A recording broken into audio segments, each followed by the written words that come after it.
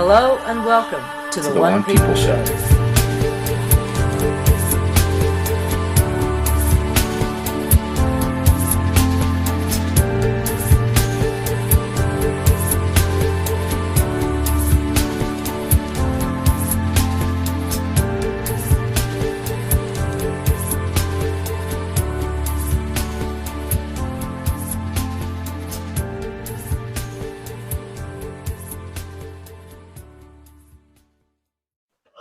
So, good morning, everyone.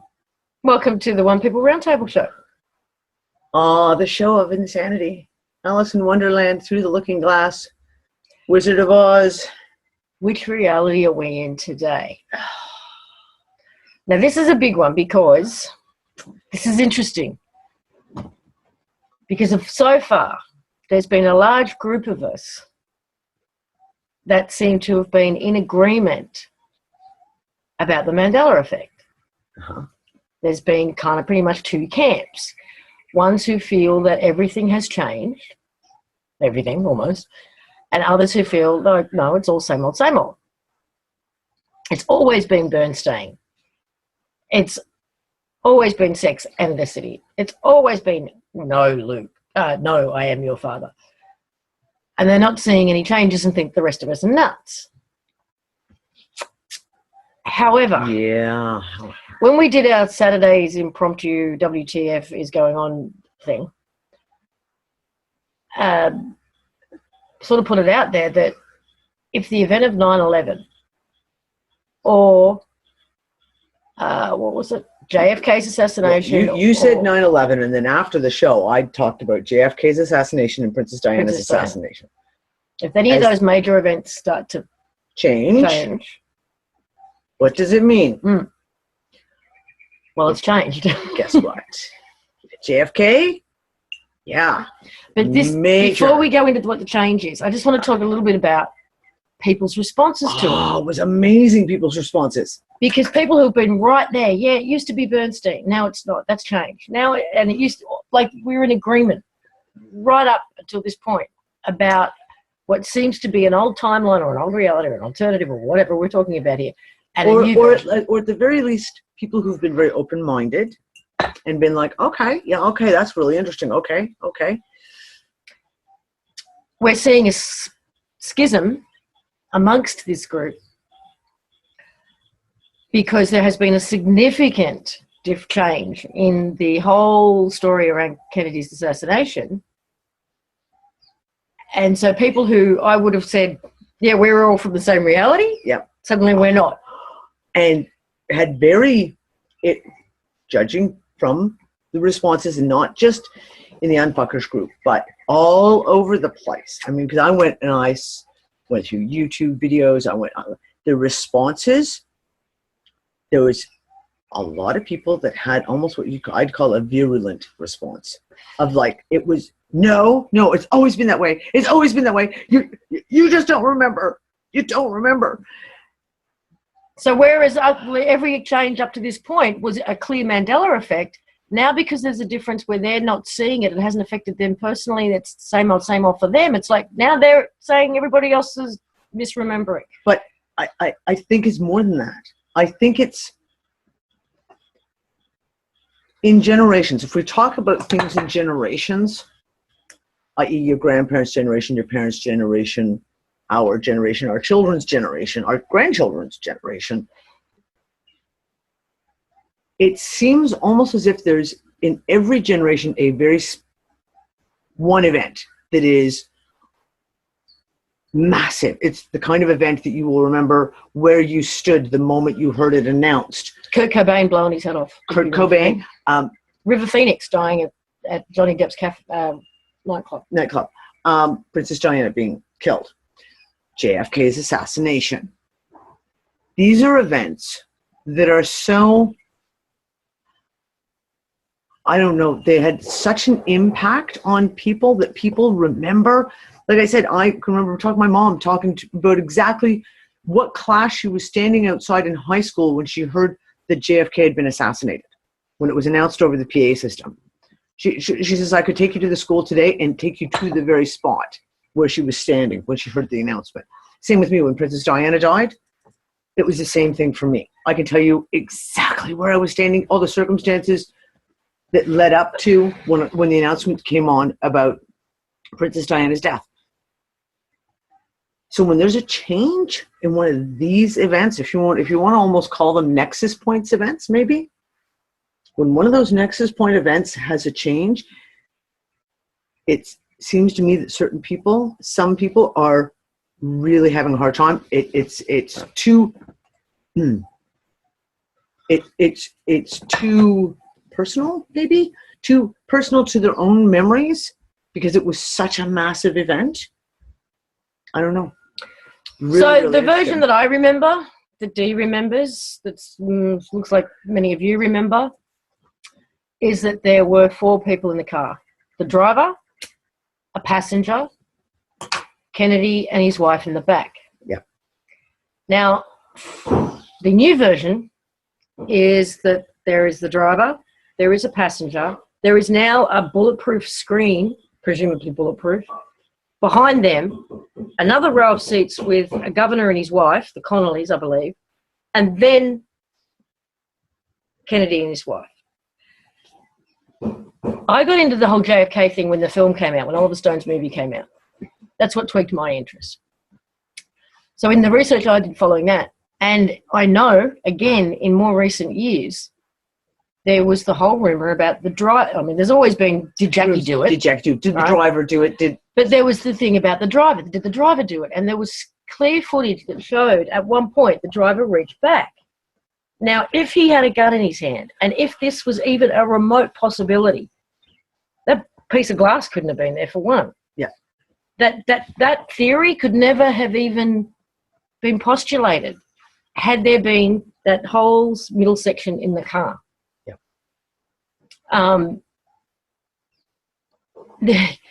But the Zapruder film is the big one, because that itself has changed. It's changed. That is the one. The Zapruder film is the one that everybody has dissected for years and years. And that is now different. Yeah. Now, and this is the thing, and I've had, again, multiple discussions with people who, several people tell me I'm too young to remember because I wasn't alive at the time, right? I have been researching JFK's assassination for almost 30 years. It started in 1987, right out of high school, when I actually came across a book in a library, and it was someone who kicked me off to it. That was, and I wish I could remember the guy who was the journalist who has been chasing down all of this shit since the day of the assassination. And he wrote a book, and it was like 800 pages. I read that and was just like, oh. And very soon after that, the JFK movie with Kevin Costner came out. And I was really commenting on the shit that was from the book that was in the movie and all the big gaps from the book that weren't in the movie. I have been, when they re-released files, the FBI just released files about 1.5 years ago on JFK, and I went through and I reviewed all that stuff. So this has been an ongoing research for me for years. So when I saw this film, I was seriously like, there's no way. I have watched the Zapruder film. I watched the one when they re-released it all in high definition in 2012. I have watched all the news footage. I have watched all the films. There was only 4 people in that car. This piece of footage that they're saying is the Zapruder film. Yeah. There are so many differences in it, as Joseph just noted too, because it's the same piece of footage that is analysed by everybody. Mm-hmm. The one I remember, the driver does this, looks back, does that. He doesn't do that in this new version. The way Jackie tries to climb out of the back of the car has changed.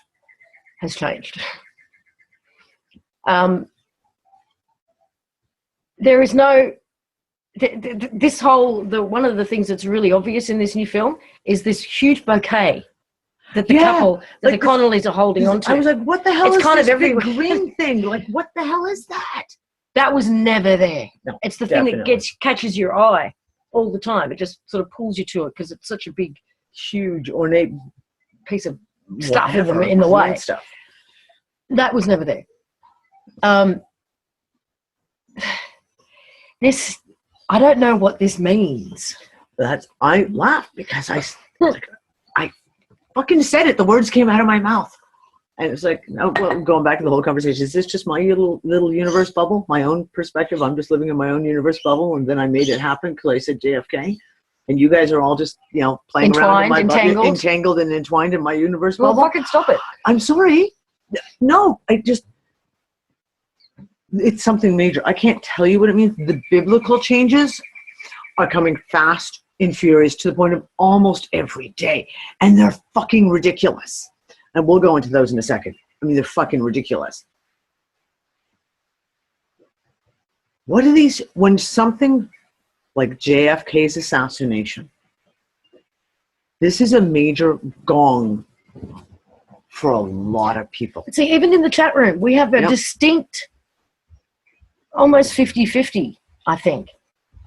4 people in the car, 6 people in the car. Yep.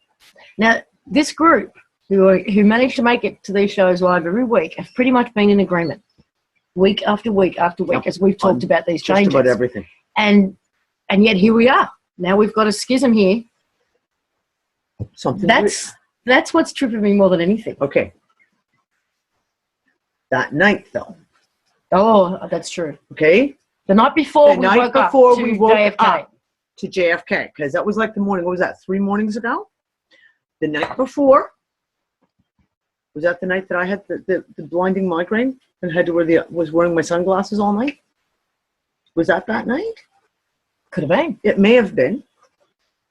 I think actually it was. But we had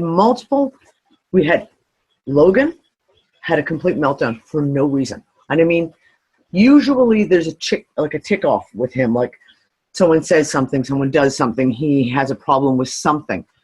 This one, he literally just melted down in the middle of the living room, and he could not even tell me why he was crying, why he was completely beside himself. The next morning we got up, Ben had a nightmare, Nick had a nightmare, I had I wouldn't necessarily call it a nightmare, but a very intense dream, and woke up going, wow, this is really, I feel really off. And I'm pretty sure it was pardon me, the night before this, when I had the really bad headache, and that's what I tossed off when I got up in the morning, and I just felt completely weird, and I couldn't see properly. I was like, okay, it's got to be the residual of the headache. And then one of the very first things I see is this JFK, and I turned to everyone, and there was a whole gang of us sitting out here, and I was like, what did they just fucking change? Something changed last night. Something was inserted last night. What the fuck happened? You were out. Dude, you were out cold that night. That was the night. That was the night that I got, I would say, pulled into sleep. I didn't fall asleep. You were out cold. I'm going now, and gone.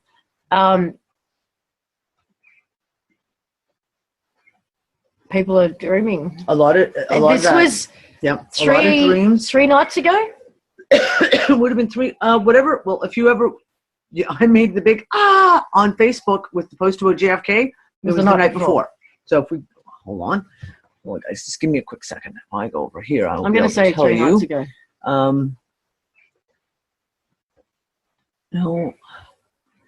No.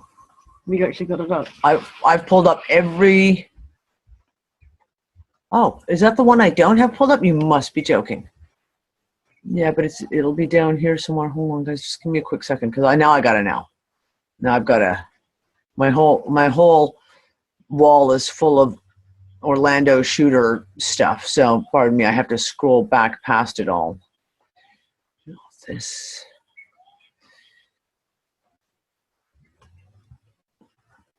Hold on, guys. Hold on. We're working. Oh, rain bombs. There's the rain bomb. The rain bombs. Yeah, let's get into the weather later. Just hold on, because that's another whole frickin'. We have seen, just in this past week, I have seen cloud formations. We've never seen before. Rainbows in the sky, rainbow clouds. I've never seen it. I've never seen anything like what I'm seeing now. And apparently, and holes in the sky. That was the big one. That I don't think. Well, look, those aren't even our pictures. Those were someone else posted those in the States, and they look identical to what our sky looked like. Yeah. Hold on. This is going to drive me nuts now that I can't find this stupid post. There. So what day did I post that? Hold on. June 12th. What's So I today? posted morning the 12th, so 3 days ago. So June 12th was, hold on, for us, that would have been, so it was Saturday night. Saturday night again. What do you mean again? The last Saturday night is when I said I had that weird out. It was a Saturday night in the sun into the Sunday where everything got all ridiculous right after we did the what the fuck report. Oh, really? Yeah. Okay. Okay, whatever. Anyway. I don't know days anymore. I don't know days of the week. I don't know fucking anything anymore. But, yeah. Okay, one thing that this new footage does, in terms of all the conspiracy theories around what really happened, it eliminates the shooter, for one. Doesn't eliminate Jackie. No. I mean, it eliminates the driver as the shooter. Yeah. Because there's now a bulletproof glass window in between them, so couldn't have been the driver. But what does this do for the magic bullet theory? How, based on where it looks like he got hit, does it eliminate the second person being hit in the shoulder?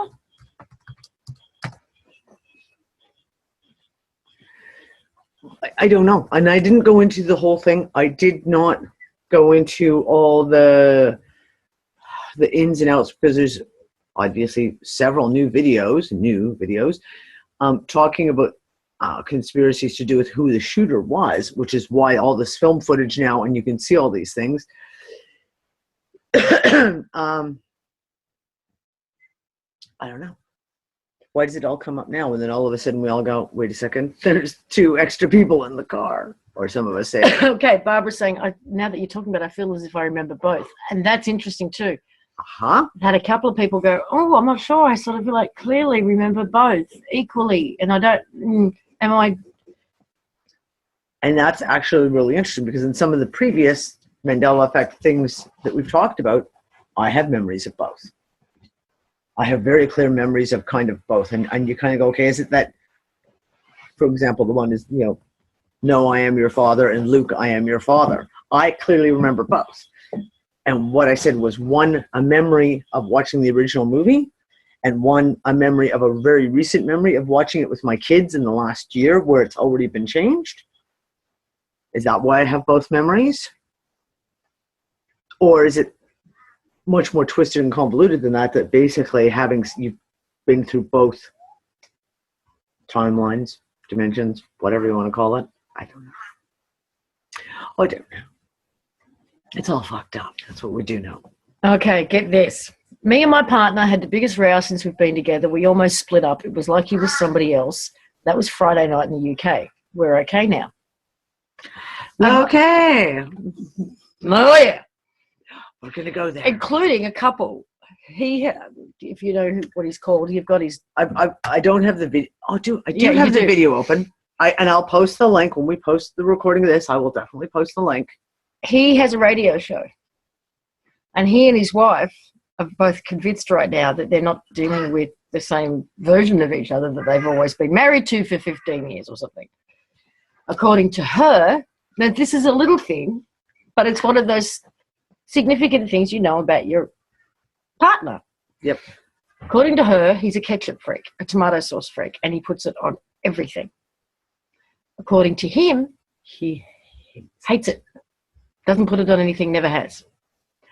She says that 2 weeks prior to this discussion that they had, where he's saying, I hate ketchup, she's saying, you put it on everything.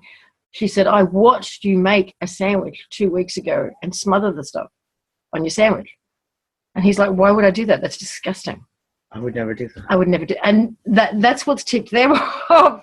And they actually did a show together where they basically said, this is not my wife and this is not my husband. I mean, it is, but it's not. And as you guys know, we have these days where it's like, okay, you're not my Dani. Yep. You're not my Darius. just before we You're not watched my that, Phoenix. You're not my Nick. we watched that video, Nick turned to me and we were having a conversation with a group of people. I don't remember what the topic was about. And somehow got onto medical stuff. And he says to me, you know, like that time when you had Bell's palsy. And I looked at him and was like, what? He goes, yeah, just before Quinlan was born, you got Bell's palsy. Something, you know, in your face, like you had a pinch in the nerve and your face went all paralyzed for a few days. And I'm like, yeah, no, it didn't happen. I have no idea what you're talking about. And he was like, don't be ridiculous. Of course you do. Well, you just don't remember. I'm like, if I said, hey, Lisa, do you remember that ear infection you had 2 weeks ago where the blood was pouring out of your ear? And you went, no, I've never had an ear infection like that. Well, that's kind of how I feel about the whole Bell's palsy thing. If I had Bell's palsy in my face, you can sure I would remember it. Guaranteed. Nick swears he clearly remembers me having it. I clearly say, no fucking way, didn't happen. Not to this Dani. But when no one's sticking, it's not like with this couple where you can say, okay, I've just now got this new person in my life and that's who they are now. It's like with us, it's rotating. It's dodging and weaving and in and out. And yeah, you're my version of whoever at the moment, and then or today, and then you're not the next day, and then you're back again. And it's not like someone just got switched out permanently. But there's almost like levels of it, like. And I wonder if the reason it feels that way to us is because we're just that much more sensitive and open and we're looking for it. We recognize it because sometimes those changes are really a lot. I think that 90% of those changes are a lot more subtle than something like that. So for example, the bit with Nick and the Bell's palsy, if he hadn't have made that comment, I never would have put 2 and 2 together. Someone approached me, and I had a lot of conversations in the last couple of days, and his girlfriend in the last 3 months has gone from this to this to this to this and just left him. And he's absolutely devastated. And he says, I don't understand, because it was like everything was fine, and then it was just like click. All of a sudden, everything was completely for her. Completely wrong. She didn't want to be with him anymore, didn't want to have anything to do with him anymore, wasn't attracted to him anymore. And then a couple of weeks after that, it was like click, everything was back to kind of sort of back to normal again. And then a month and a half later, it was like click. And we can talk about things like psychotic breakdowns, and we can talk about, you know, people having their own mental issues when we're dealing with all the heavy energetics right now. I mean, there's a lot of heavy energetics going on, and we can all have our freak out days just due to that. But when we're seeing these kind of switchovers, I take them seriously. This isn't just people who are flighty or bipolar or whatever. There's a lot more to it than this. Who's this? Kimberly, my kids had a memory from the 90s about me and their dad, and it just didn't happen. It was so freaky. Well, we had a friend we were discussing, we won't give names, we had a friend who was having a conversation with his parents. And the whole evening, 2 nights ago, the conversation, it was like, he'd say this, his parents would go, no, I didn't. He'd say this, his parents would go, what are you talking about? They'd say this, he'd go, are you on crack? That never happened. I'm shitting you not. And this is where I'm like, oh, what the fuck is going on? I wonder if this switching is causing the doubt everyone around me is experiencing. A lot of the talk, and you guys have probably gone and watched a whole bunch of people talking about the Mandela effect that I haven't even looked at. Yeah. So give me the skinny on this. Is the general approach out there about the Mandela effect that it's, I don't know, to simplify things, the bad guys messing and manipulating and changing things? Or do they have a if you had to, I mean, there may not be an overwhelming voice or opinion on this. It may just be really, really Everyone's diverse, fucked up. But is it, I mean, I know as far as, say, the yellow rose for Texas type of information would be that this is totally an organic process, and it's all a positive thing. It's a good thing. It's the whole thing of breaking down. Well, and there's a couple of different versions of that positive take on things. That this is Gaia. This is our collective. This is, you know, we're bringing it all down, and it's all just signs, positive signs that it's all collapsing. And then you've got, no, it's all the bad guys messing with things, and they're going back in time, and they're changing stuff, and they're inserting things into timelines. It's CERN. It's CERN. It's the devil. That's what you get, of course, with all the biblical changes right now. Apparently, there's now been multiple videos of people who just recently kind of woken up to all the biblical changes in the States. Mushrooms in the Twinkies? Mushrooms in the Twinkies. That could very well be a theory. Although someone tried to, on the video we did, the what the fuck, kind of standalone YouTube video that we did a week and a half ago, someone was like, "Oh, this is just like mass hysteria. That's all this is. All this is this Mandela effect. It's just mass hysteria." Right. Okay, that's what you want to believe. Have fun with that. No one was looking for this stuff. No, and that's one of the things. It just comes out and smacks you in the face. Okay, granted, there's a few people who are looking for this stuff. We know several people who are like apparently combing the Bible left, right, and center and coming. Oh no, I mean they are now, but no, it's not like not before. Not before. I mean today I know there are people who's probably spending all day, every day, combing through the Bible and looking for changes, little words, but and they're finding them. Oh, we'll get into that in a second. Oh, some of these changes are just. Nothing will top unicorns in the Bible for me. I'm sorry. I don't know. I can't imagine what it would take to top unicorns in the Bible. I don't know. Piss and stuff. And like, dude, I moved my stuff in the Bible.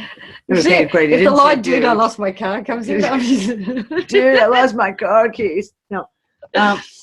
Okay, well, we might as well get into this for a second. Let's just take a look. So, everything we find online, we just happen to have a 1964 version, printed in 1964, of the King James. So, printed in 1964. So, this is from before the colloquialisms were fucking trendy. And every one of the things that has been posted in the Unfuckers room, we have cross-referenced in. They're there.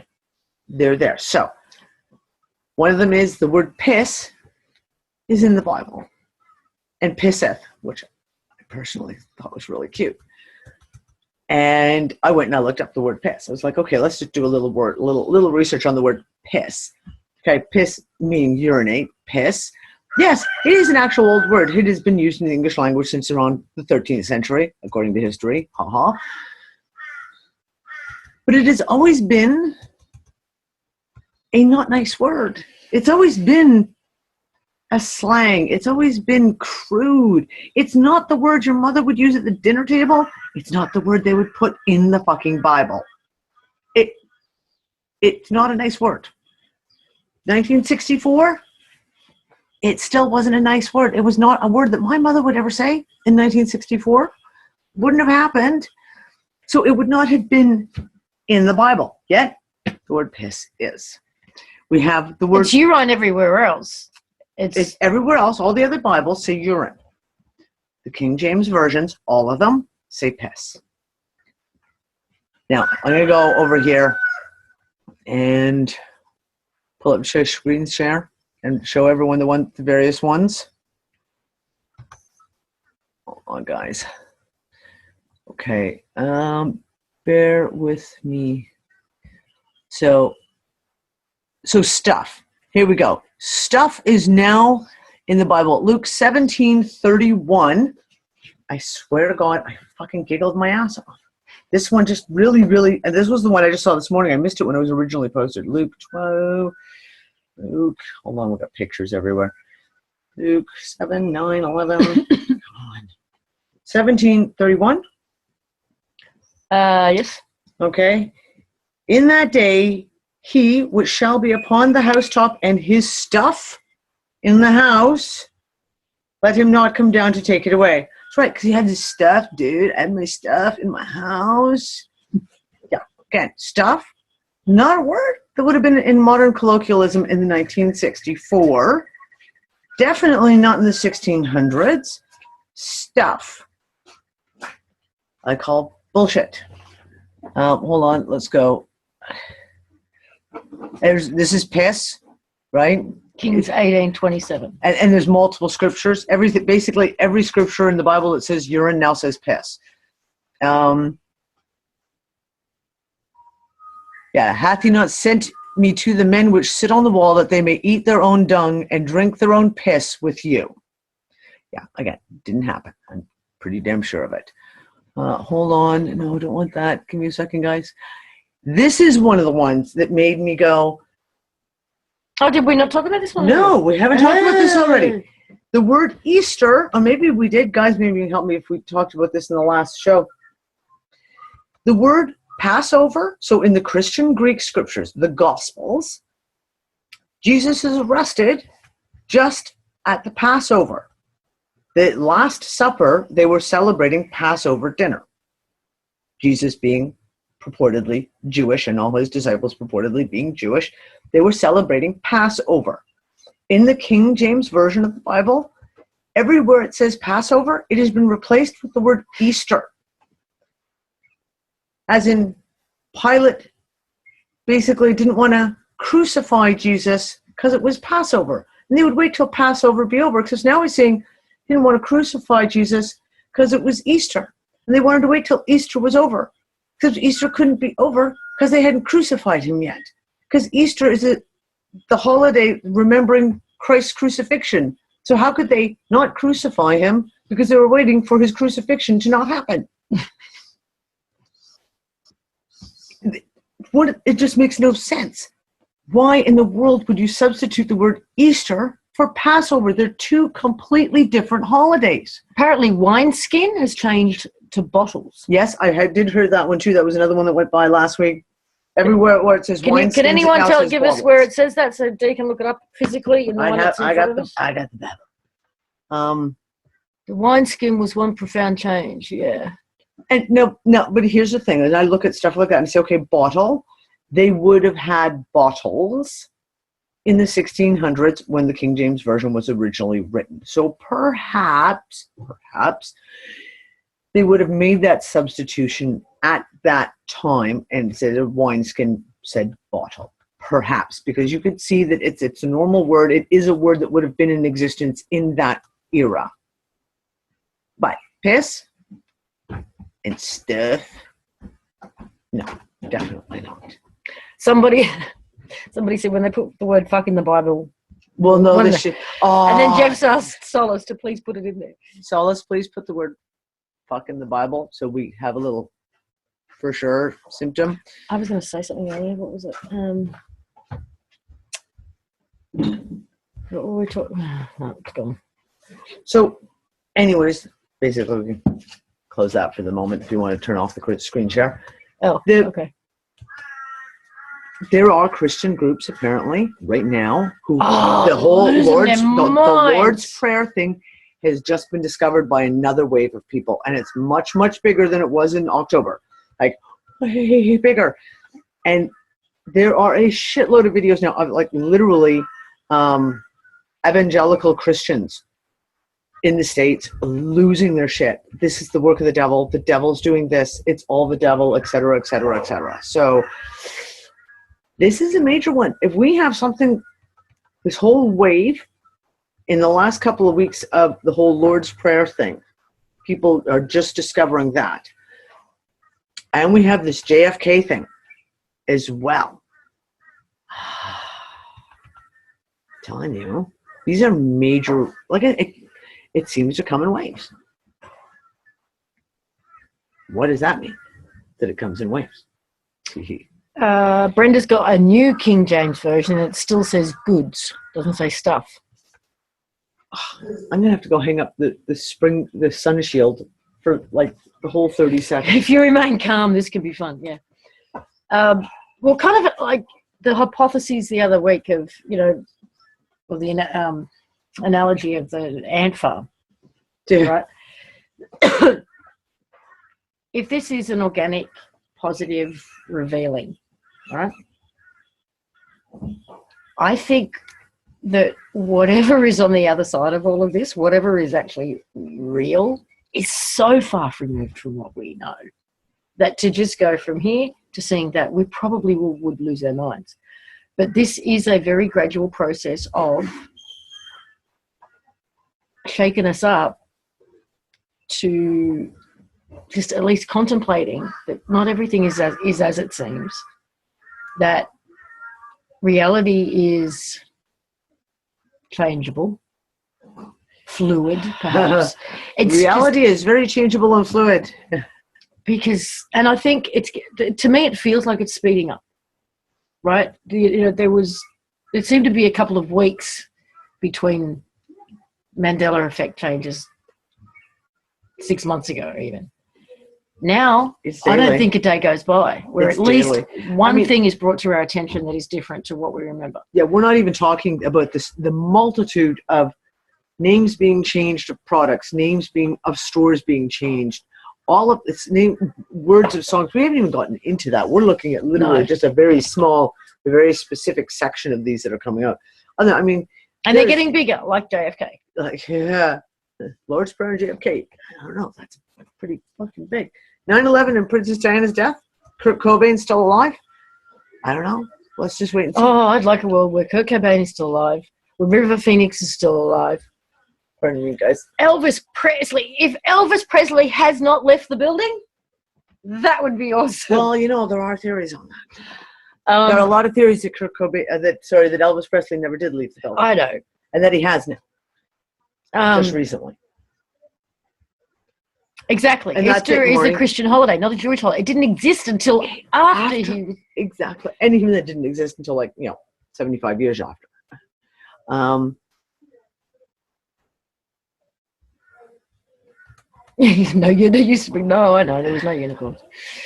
No bottles. There is no unicorns. There's no unicorns. And there's no piss. Memorial Day is now Holocaust Memorial Day. What? What? No. Is that true? What? Memorial Day is Holocaust Memorial Day? Wait, was it? Okay, I'm not American, so Canada, we don't have a Memorial Day. Isn't that like a war Memorial Day? Isn't that what it is? Overall? Not like World War II Memorial Day to the soldiers, isn't it? The inn. Yeah, the inn changes to a motel. Turn to the Hilton. That's right. It'll be the Hilton Marriott. Yeah, you want to stay there? 10% off discount if you show them your Bible. But see, I don't see how it's a giant piss take. I don't see how, unless they are literally using time travel technology and going back in and changing our past, that's the only way I can perceive right now of how our physical world is changing. It's not just like they're taking the piss by changing everything online or changing the digital stuff. It's the physical as well. Okay. And now I'm going to go back to screen sharing because I almost forgot this. We're going to go look at some maps. Oh, that's the other one. Okay. Maps. I'm going to show you. Now, first off, let me go to the screen share. I actually have the maps all loaded up, or sort of loaded up. Come on. There we go. Okay. Okay. Let me introduce you to the lovely coastline, the southern coast of Spain, and the northern coast of Morocco. Which looks nothing like it did when I lived there. Which looks nothing like this. This was absolutely fucking astounding to me. To the point I actually ran into Lisa's bedroom and was like, Lisa, oh my fucking God, you have to see this. You're going to lose your shit. Someone pointed, it was a video on something else. So what caught my attention at first was, and I'll zoom this out, and it was over a 2-day period. Nick had seen a video. We really got to zoom out here.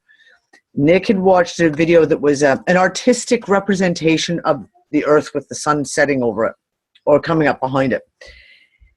And because it was kind of like a very artistic, we were like, what landmass is that? I'm like, well, I think that's supposed to be Africa and Europe, but it doesn't look right. Didn't think anything of it because it's an artistic representation, right? The next day, something comes up and there's a map involved. And I look at it and I'm like, what the fuck is this? I just want to point out, there's now a giant bite out of the side of Europe between France and Spain. A massive bite. Not in my reality. So this caught my attention right off the hop. I'm like, what is going on? And I started looking closely. So the first bit I'm going to show you is, again, we're going to go to Africa, North Africa, and Spain. So this is the Rock of Gibraltar. Now, if anyone knows history, the Rock of Gibraltar has been held by every empire for the last, 3,000 years. Because, and the excuse is, the reason why every invading army took over the Rock of Gibraltar is because it held a vitally important position at the very tip, the headway of the Straits of Gibraltar, i.e. anyone trying to get in or out of the Mediterranean Sea from the Atlantic had to go right by the Rock of Gibraltar. Now, the Rock of Gibraltar was supposed to be this massively significant position that it held. Except now, I'm going to have to turn that little, hold on guys, just give me a second to close that. No, close it. There we go. If you look at the Rock of Gibraltar now, it's not even in the main headway anymore. The Rock of Gibraltar used to be down here, i.e. right at the point where all ships would have to go by Gibraltar. Now Gibraltar is this little teeny frickin' inlet up here on the coast. Next thing I'm looking at the actual coast of Morocco. Where have I been for the last 3.5 years? Oh, on the northern coast of Morocco. This is not what the northern coast of Morocco looks like. Not even slightly.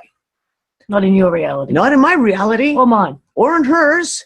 Or in anyone who's with us in Morocco anyway. In this reality. Ha ha ha ha.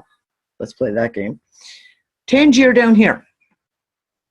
You take a boat from Tangier to right across here is Tarifa, Spain. This boat ride takes 45 minutes. It is exactly 7 kilometers between Tangier and Tarifa, Spain. We know this because it's a fact. This is something everyone tells you. It's 7 kilometers. You can actually, on a clear day, stand on the port of Tangier and wave to the people in Spain. It's that freaking close. You could count boats in their harbor. It's that close. Now, they're saying that between Tangier and Tarifa, which is now apparently way the fuck over here. But Tangier's lower as well. 32 kilometers between the two of them. No. Not in my reality. As I said, you just take the boat. It would, directly from Tangier, directly across to Tarifa. There is now a rock. Now, you've been to Tarifa, so I know you'll understand this. There is now a rock out in front of Tarifa. Hold on, sorry, guys. That sure as fuck, that island, rock, was never fucking there when we used to make, the boat goes right by it. There's no fucking island there. There's no little peninsula rock sticking out in the water.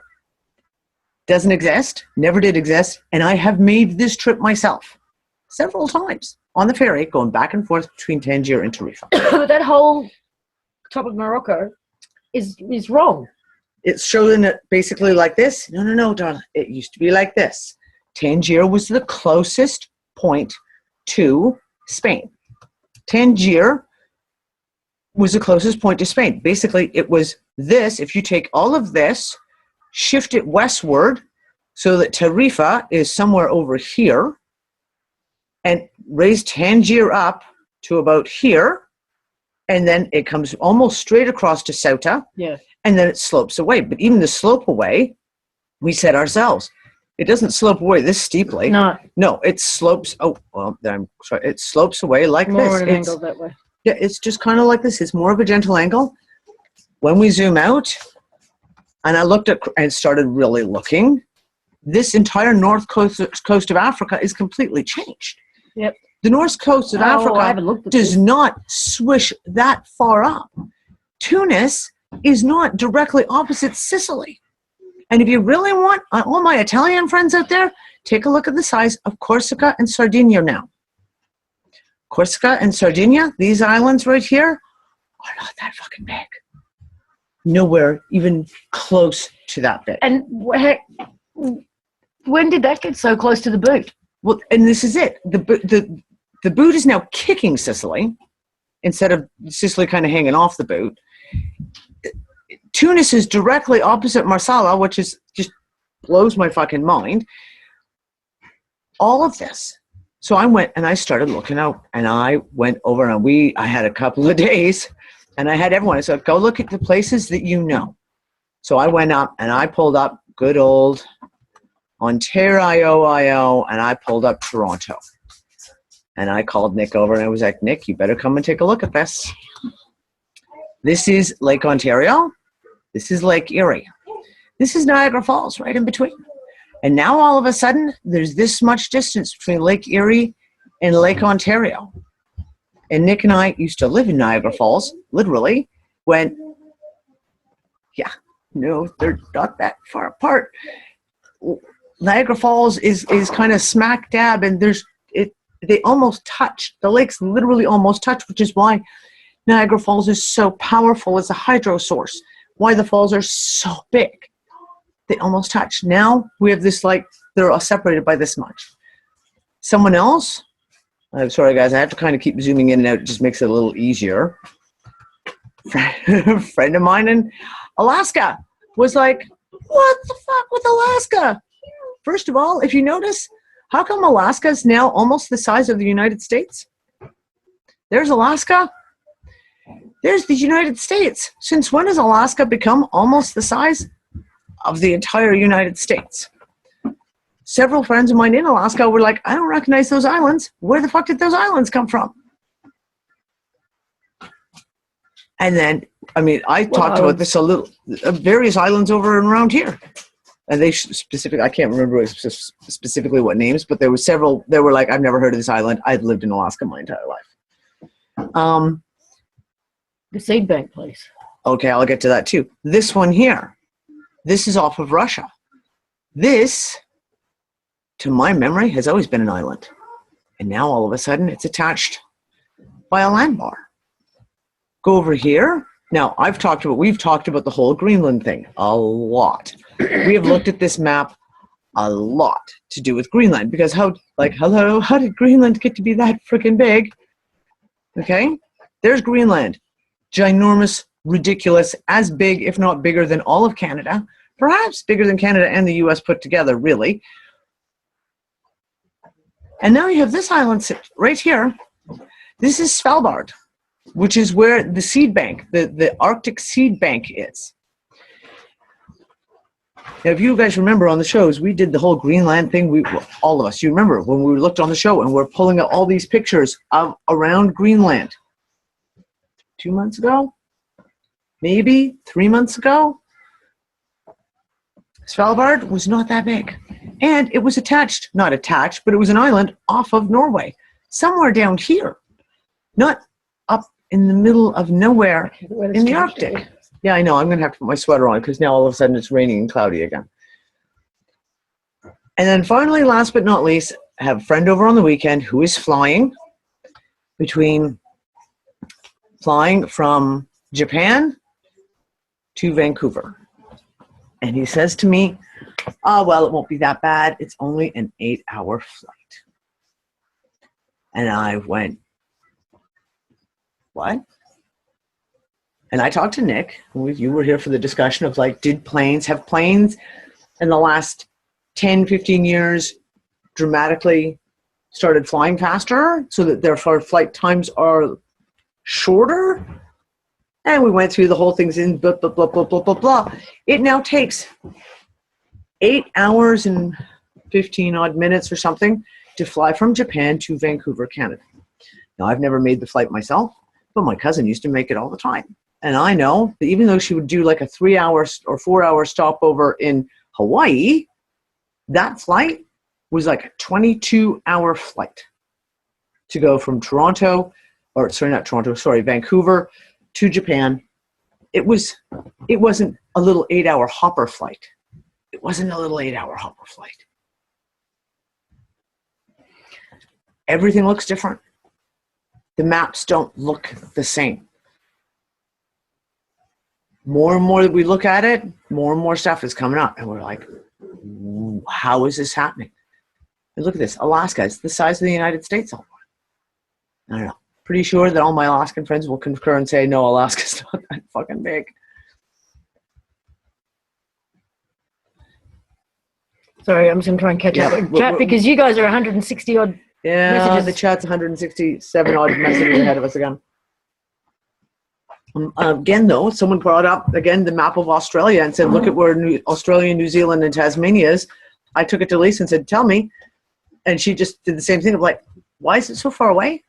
Like, Australia and like New Zealand is like way the hell. And yeah.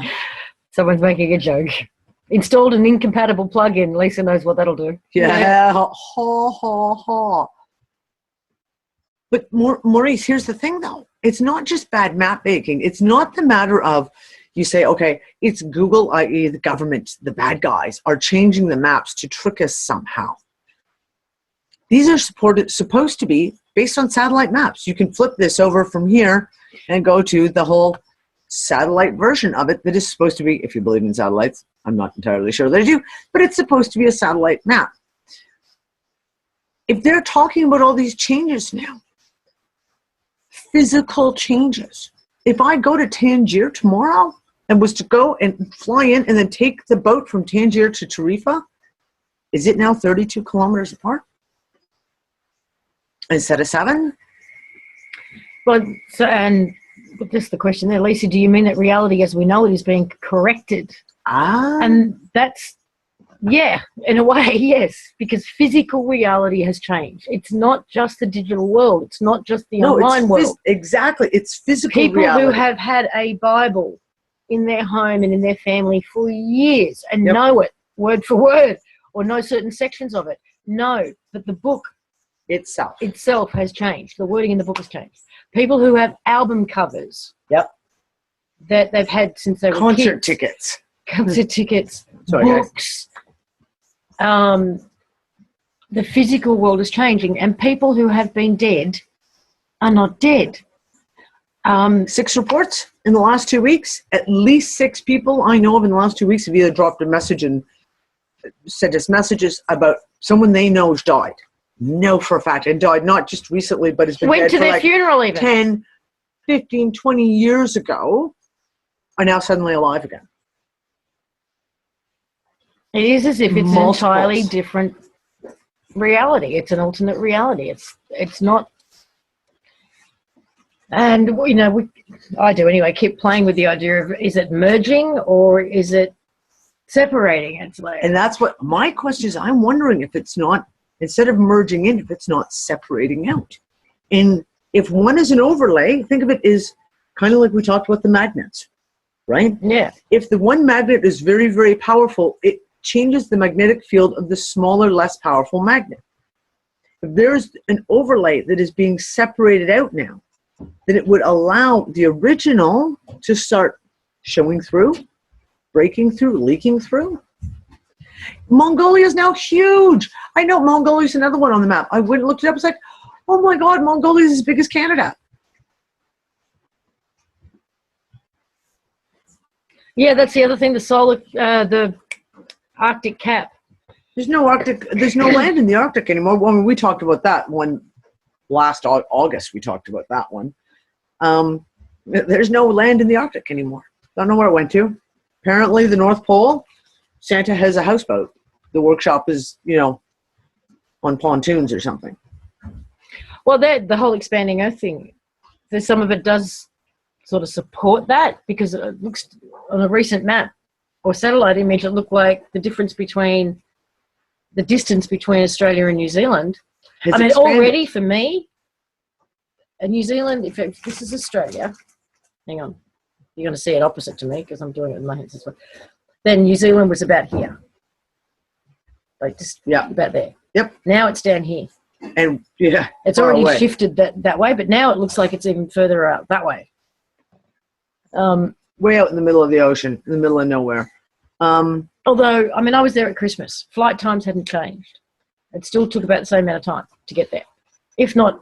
Unless that change has happened since then. Unless that change has happened since then. And this is one of these things that I keep coming back. We don't even have the English language words to be able to put into words. I know this. Been on a boat from Tarifa to Tangier. It took 45 minutes. Sailed right past Gibraltar and saw the monkeys on the rock. Thank you, Amber. I love you. You're awesome. And that's why I said Gibraltar is not where it's supposed to be. Where they're saying Gibraltar is now, has no significant military value at all. None.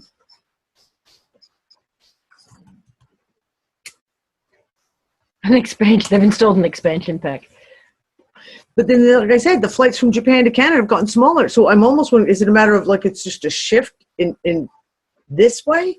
I.e., the one thing I said, the flight from Toronto to London, when I did a thing at London to Toronto, they was trying to tell me that to fly from London to Toronto was 8.5 hours. I'm like, no. You're telling me the flight from London to Toronto is as far apart as flying from Vancouver to fucking Japan? No. I remember I used to make the flight. I flew from Toronto to London so often it wasn't even funny. And it was basically like 5.5 hours in one direction, 6.5 hours in the other direction.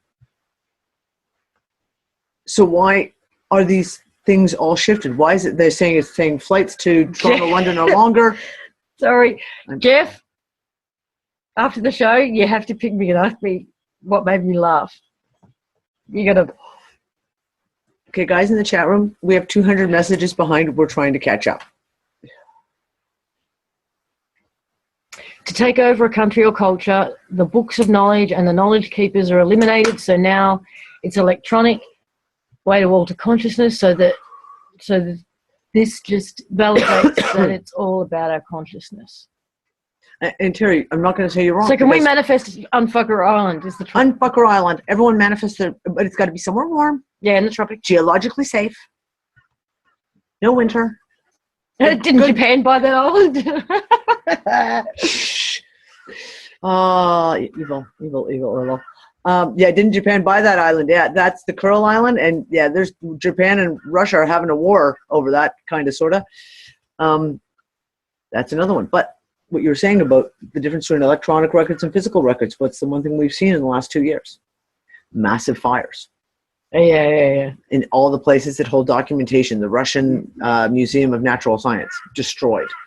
The Abbey, the convent in Russia was full of old documents destroyed. New York City, New Jersey, all these places, massive document storage places are all being destroyed. Oh, please. What? We had a conversation a couple months ago about this, but everyone talks about trying to track back their family tree. And they get to a certain part, and then they find out, oh, there's no more documents because they were all destroyed in a fire. That church burnt down. Apparently, there seems to be a cycle of fires that comes through and burns down all the churches and government buildings that house documents. So that last one was like apparently in the 17 and 1800s, or we're going through another one now where they're going to start burning down all, so no one in the future generations can refer back to beyond this point.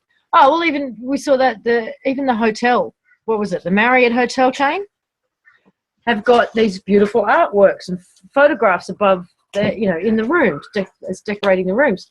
And one of them is a photograph of the sky full of chemtrails.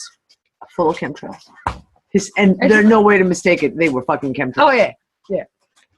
Dawn, the Pope just elevated Mary Magdalene? What? Links, please. Because that's a major one, too. Puerto Rico used to be much closer to Venezuela. I agree.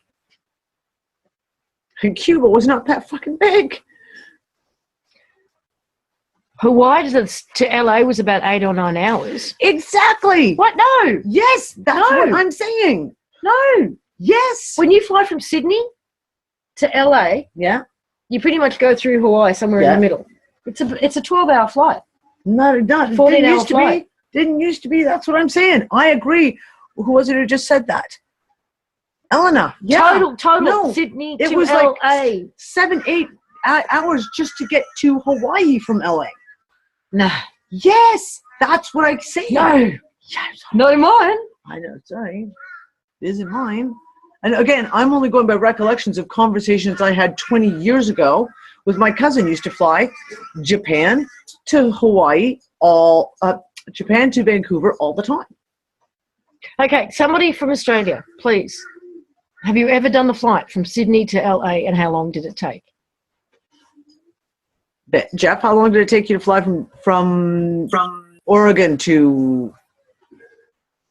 Hey, I'm bummed because I'm in the old timeline reality, because 6 months ago it took 21 hours, and next week it's going to take 21 hours. Hang on, how much actual flight time? What? It's the same flight.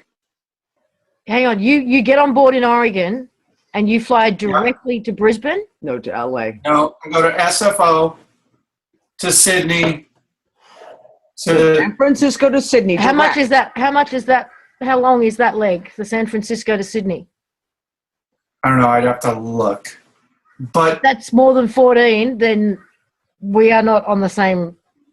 This is what I don't know who you are anymore. But that's what I'm saying. It doesn't make any logical sense. And the other one is I can remember friends of mine who would fly. Like, I'm trying to think of all the connecting flights when my friends were flying to Australia,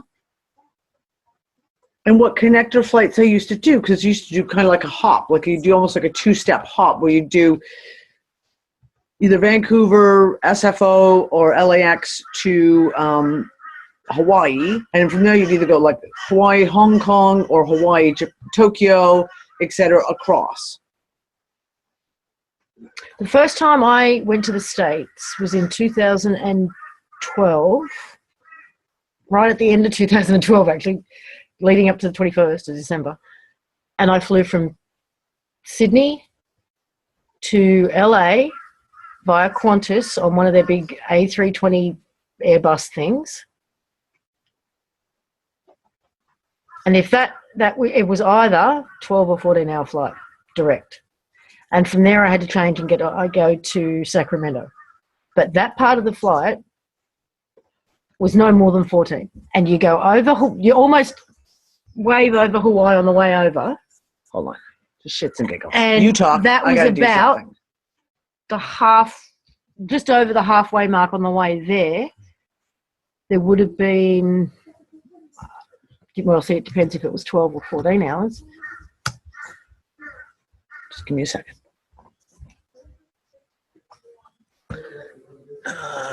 LAX to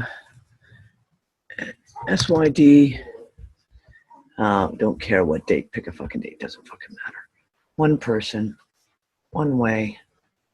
Search now. Just give me a second. We're just going to play the game. We're going to do it direct flights only. Direct flights. What? What the hell is that? Do you see the prices? Yeah. Okay, guys, I'm going to have to screen share this because I don't know what the fuck just happened. That's Los Angeles to Sydney. That's departing on the 15th. Like, randomly, I just picked the next bloody day. $555 to fly from LAX to Sydney. Anybody want to jump on a plane tomorrow? Because it's really cheap. Holy fuck. I've never seen the places that cheap. Never, ever. And I mean, Jeff, you know what I do for fun. Non-stop. Here we go. Pull it up. Non-stop. 15 hours, 15 minutes, it says. From LAX to Sydney, it says 15 hours, 15 minutes from LAX to Sydney. What kind of airline? Oh, what kind of? That's American Airlines. What sort of plane? Oh, here you go. Just hold on. I'll get you. Just hold on. I'll tell you. Because the Airbuses probably go a bit faster, yeah? Depends on the height. That's what Nick was saying, right? Doesn't tell you what it is. It's a Boeing Boeing 777. 777. Yeah. So that would be 0.86, Mach 0.86. 0.86, which is the faster. Or 86% of the speed of sound. That's just bizarre. And I will still put my hand up and say my flight took no more than 14. And yet, Jeff just said it was like hours and hours, way more than that. Well, he's got 21 hours, but he's going from Oregon. So he's got to do the whole Oregon to San Francisco thing. And then Yeah, but, interesting, folks. Interesting. Okay, now, would you stop talking, people? Because we've got nearly 300 messages to catch up on. And that was the other one, too, the other flight that I went and checked. So I started checking the flying times for flights that I know that I used to take. So I used to fly Bangkok to Heathrow twice a year, 3 times a year. And it is 13 hours, 20 minutes. And now it's 11 hours. And it was the same thing. I was like, I know that that's wrong. So there's a few people here feeling it's the whole separating thing as well. And this would buy into Dolores Cannon's splitting Earth business. I just gotta laugh at all this stuff. I mean, we're just... How can you not? There's been nothing that's felt... I don't know. We've also talked about it on the collective imagination shows. You just can't get that attached. No. Or entrenched. No. Or... And the big thing is you can't build your own sense of self around these events. Around this stuff. I mean, they say that we are our personality, our whole everything about us is actually just the accumulation of our memories and our experiences. So if they change, who are we? Right? People who have had accidents and have amnesia and don't remember anything, they can be completely different people because it's not based on the same experiences.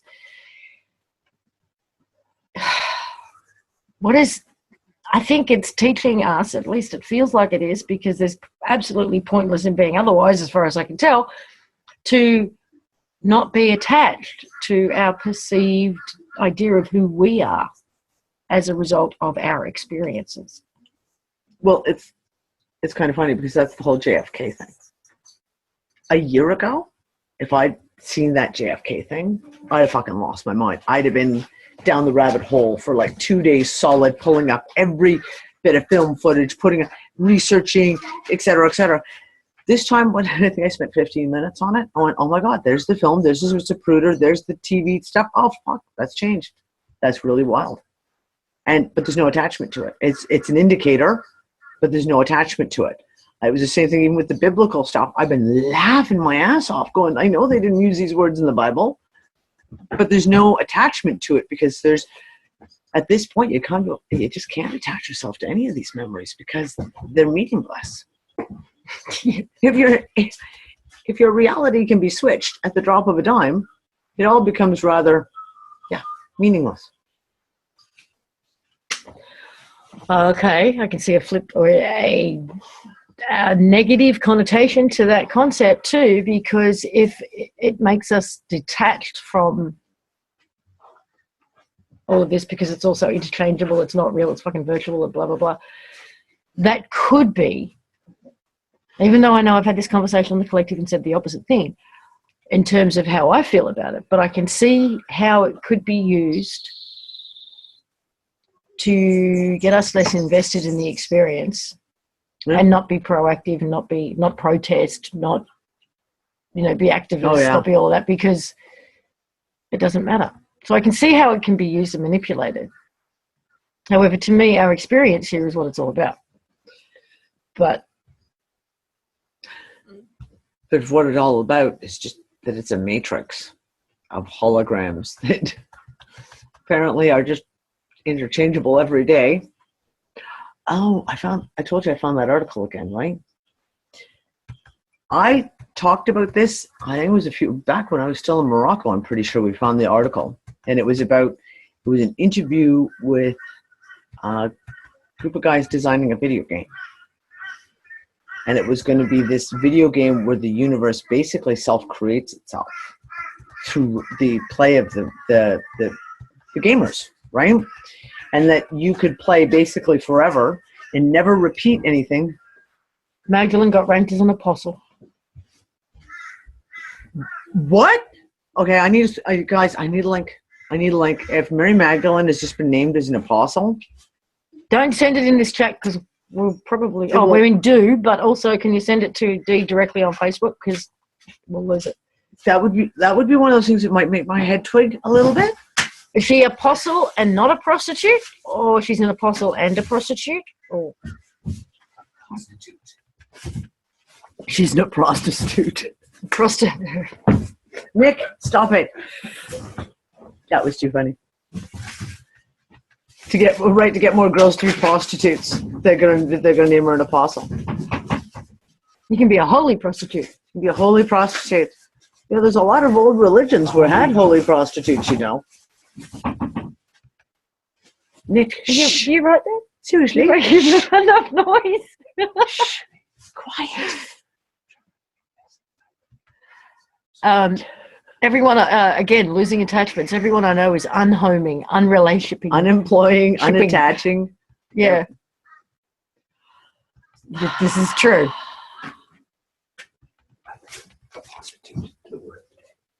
I'm holding on to my reality and be in my reality and without doubt.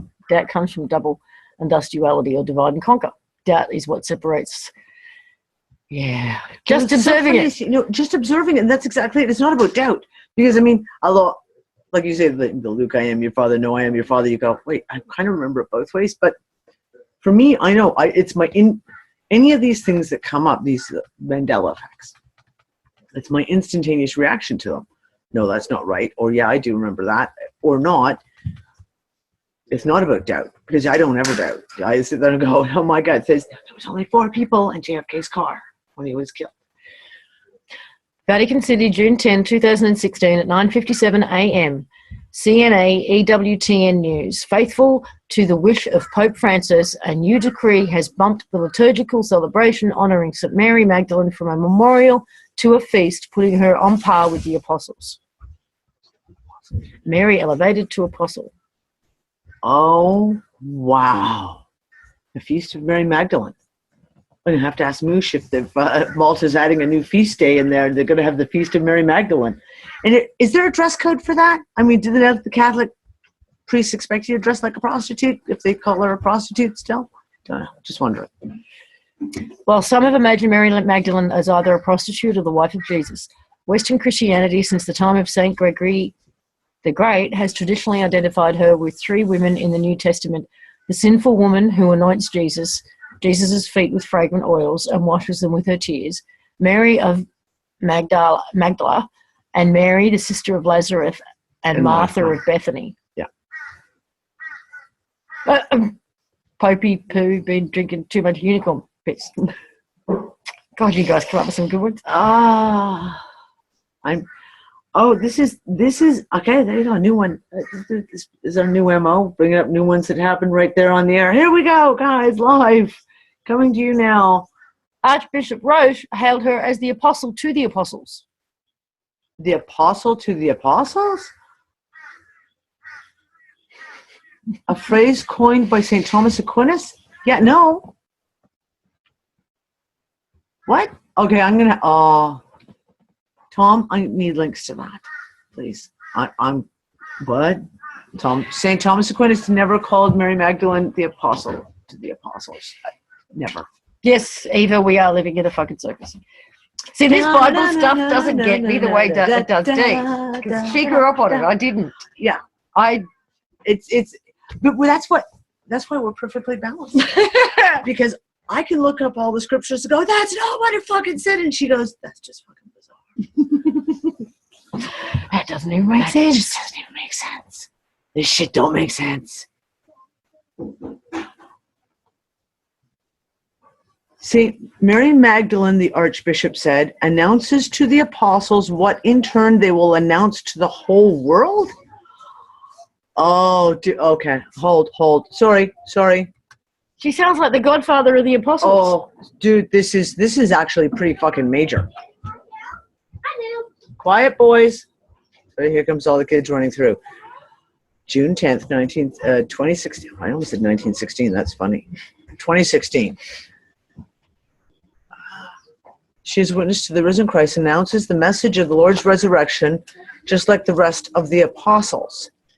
It is right that the liturgical celebration of this woman should have the same rank of feast as is given to the celebration of the apostles in the general Roman calendar. Holy crap!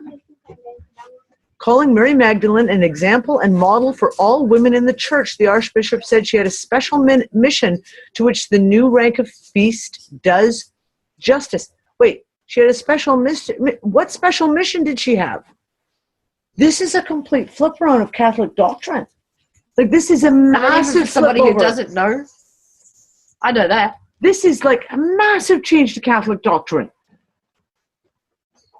Oh, I know Catholic people who are going to just lose their fucking shit when this. Okay, so are we now seeing the expansion from the Christian to the Catholic? From the Christian Did to not we the have Catholic. this conversation?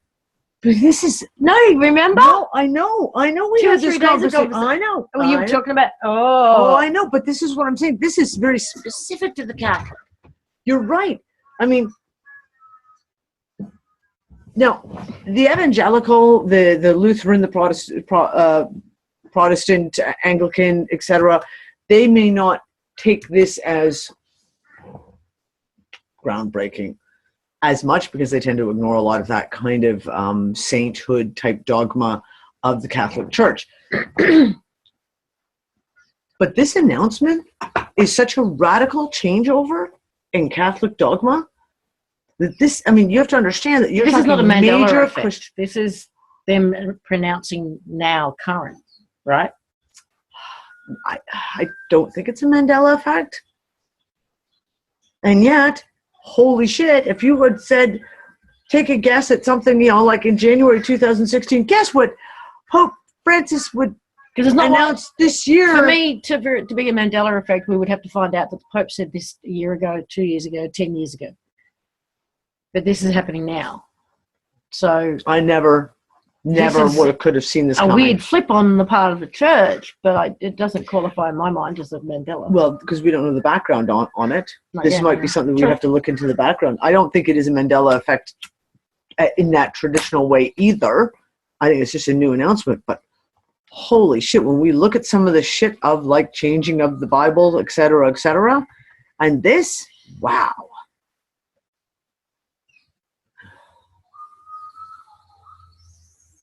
Now, here's the thing. Yeah, the Magdalene teachings are huge. Dawn, is the book of Mary Magdalene going to get released by the Catholic Church, do you think?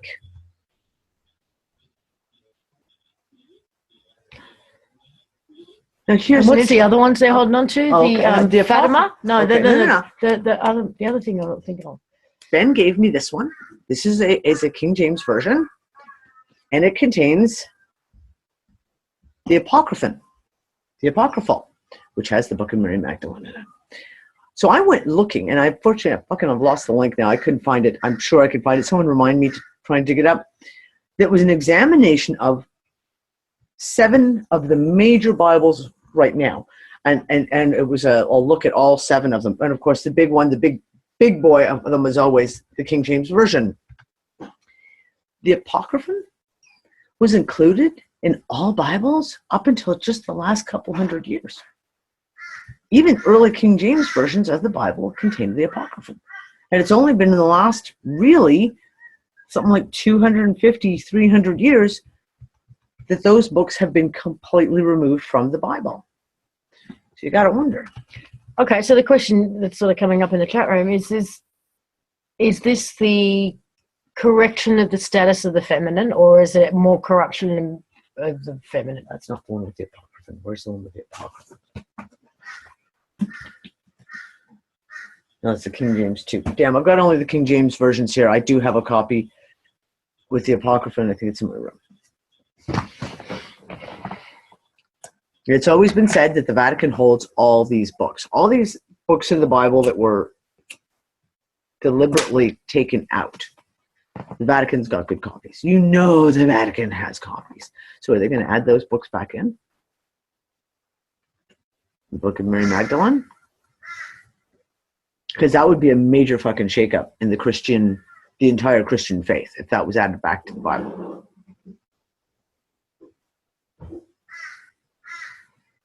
Okay.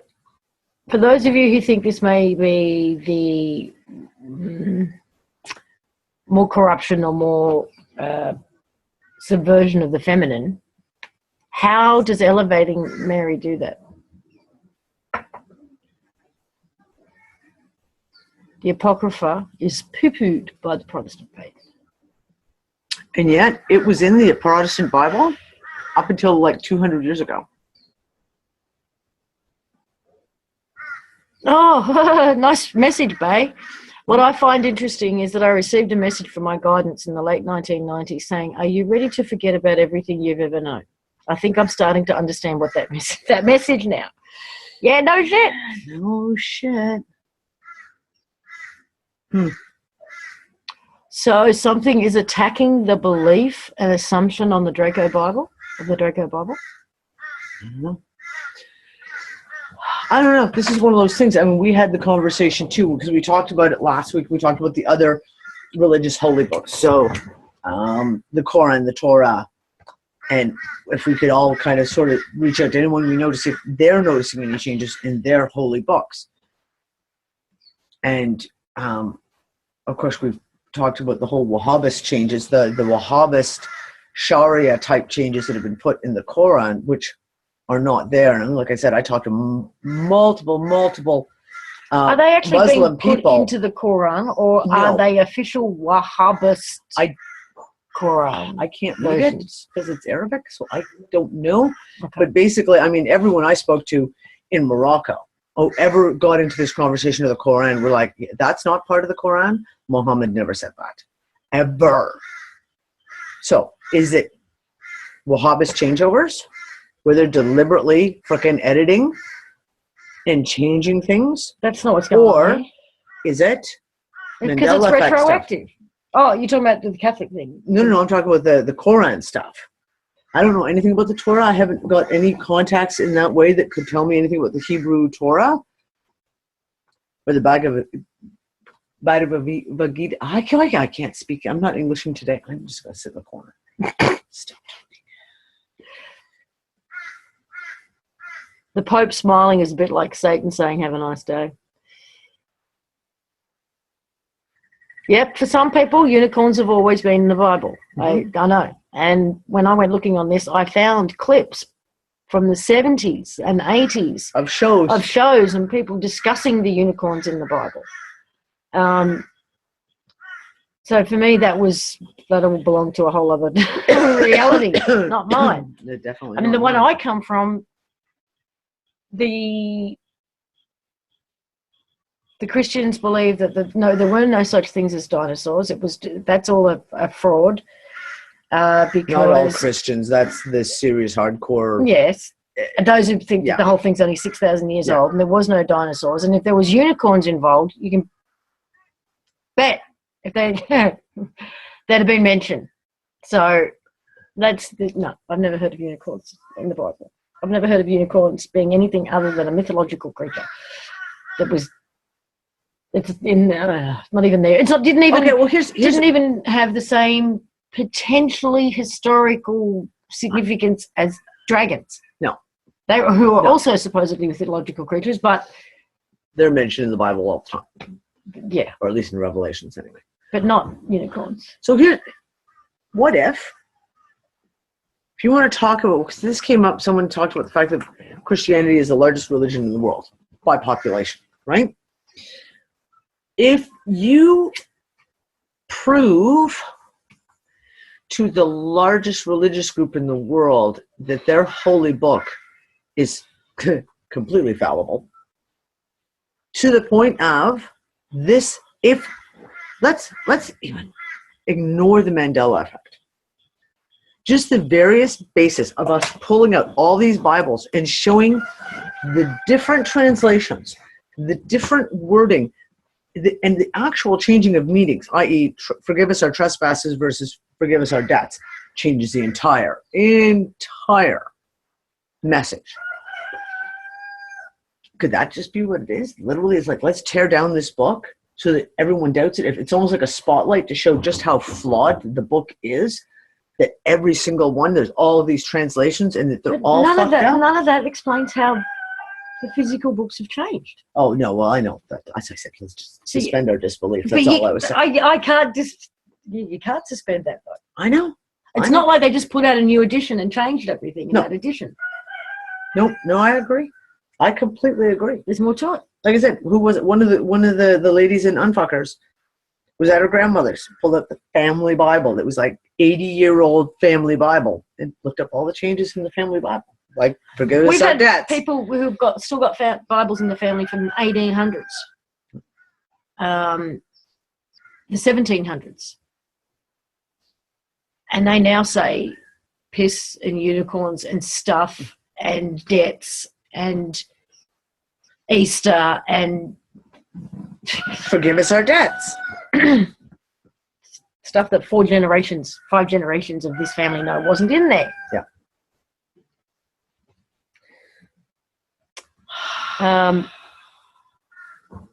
What's going on now?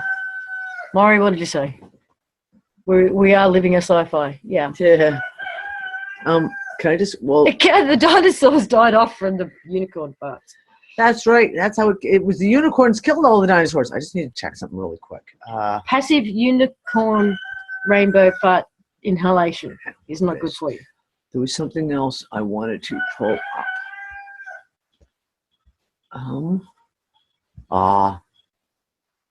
You want to talk about that? That was fucking just so freaking hysterical. What was the other one?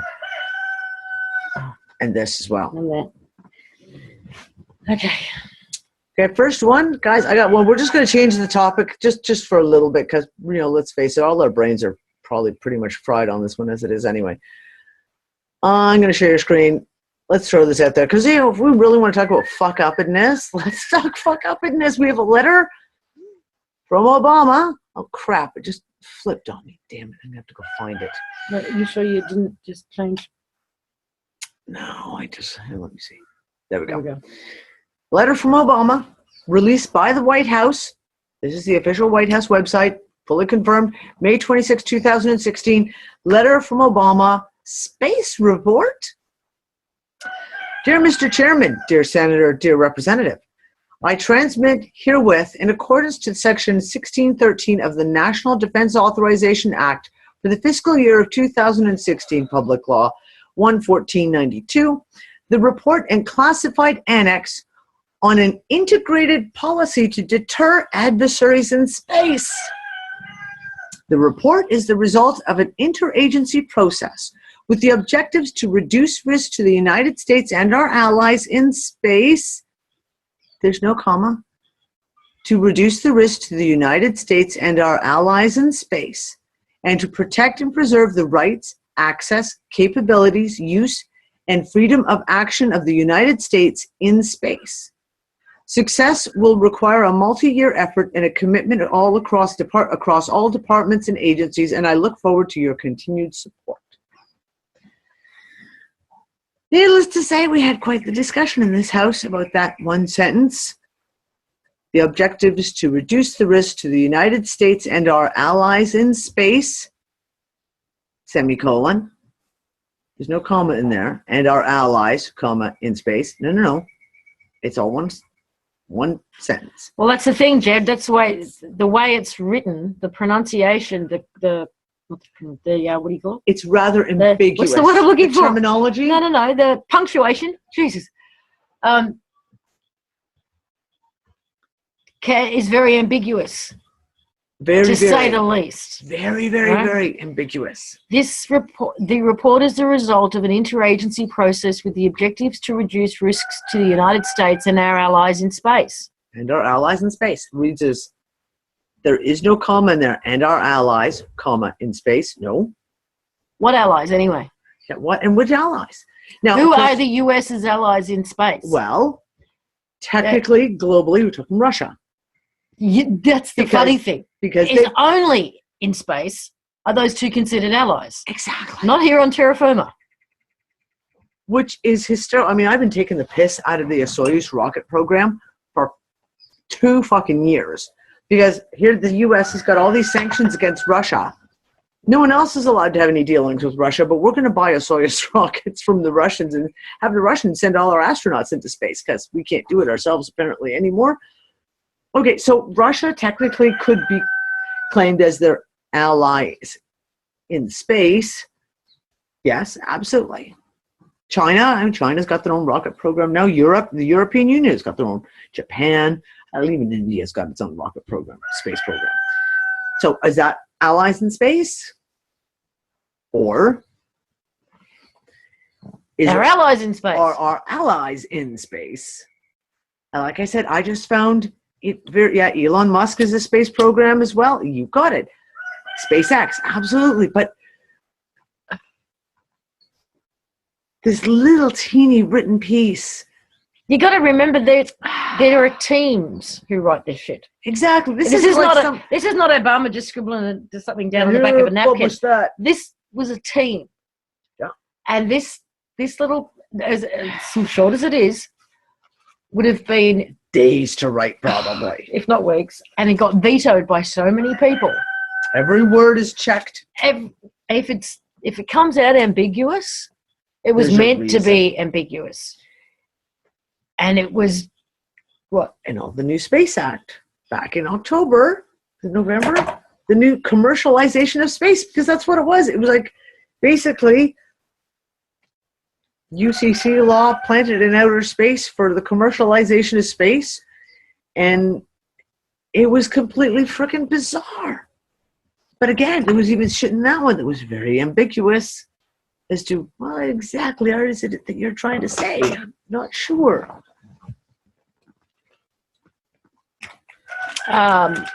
There's a few people commenting that they don't think he's planning on leaving. That's certainly one of the theories out there. One of the theories on the table to be discussed anyways, or at least to watch. Apparently the page isn't there now. What? White House well, no, Dee just brought it up again this morning. No, I brought it fresh this morning. I just brought it up. So it's there. It's not press. You go to the briefing room statements and releases, and you got to scroll back to May 26th. The only way you can stay on is if there's a huge crisis. Well, they've only just set all the groundwork for that too. Some of the latest. What was one of the things that you and I just talked about? I'm just trying to think what it was. Disaster, like if they wouldn't have to pay back their debt. That was the conversation we had. There'd be some kind of clause in their national debt payback scheme to China. Because if it was a national disaster, they wouldn't have to make those payments. There was something about the definition of war. And the definition of war is the something of your debtors. Ben was talking about, he's not here right now. Basically, from what we understood, from what we read and heard, was that in order to go to war, first you have to either claim delinquent. You either have to claim that you have there's a delinquent debt. A delinquent debt to you, and war is actually the way that you can solution reclaim that debt. Or if you are the one, if you're the country in debt, then you can go to war in order to nullify the debt. Right? So it's all about debt. Forgive us our debts as we forgive those who are debtors. Yeah, forgive us our debts. So just the act of declaring war, basically, it's like you saying to a debt collector that's coming to you, show me the paperwork, show me the signature, prove it, and show me the contract. Legally, it kind of puts a stop on things. Once someone has made a claim like that, whether it's you saying, where's the proof? No action can be taken until the proof is provided, right? Technically, that's how it's supposed to how it works. And the act of war is kind of like the same thing. Or unless you can, unless you're the one that's owed, and the act of war is like I'm claiming a delinquent debt. Hmm. And there was a provision. Oh man, what was it? It's This is going to drive me nuts. nuts. I can't remember what document it was, but we just had discussed this about 3 days ago. And it's the whole- we hypothesized that there would obviously be a provision with the American debt to China, a provision in that financial instrument. Sorry, we weren't planning on if- talking about this today, so we didn't. That if there was some kind of a disaster in a major disaster in the United States, that debt would be moved forward. They wouldn't have to pay their debt at that moment. China wouldn't hold them. That if they had to rebuild the entire country, that they could kind of push off the repayment of that debt. Oh yeah, so in the situation of a natural disaster or something like that, it's like all debt repayments are frozen so that the country can, repair itself.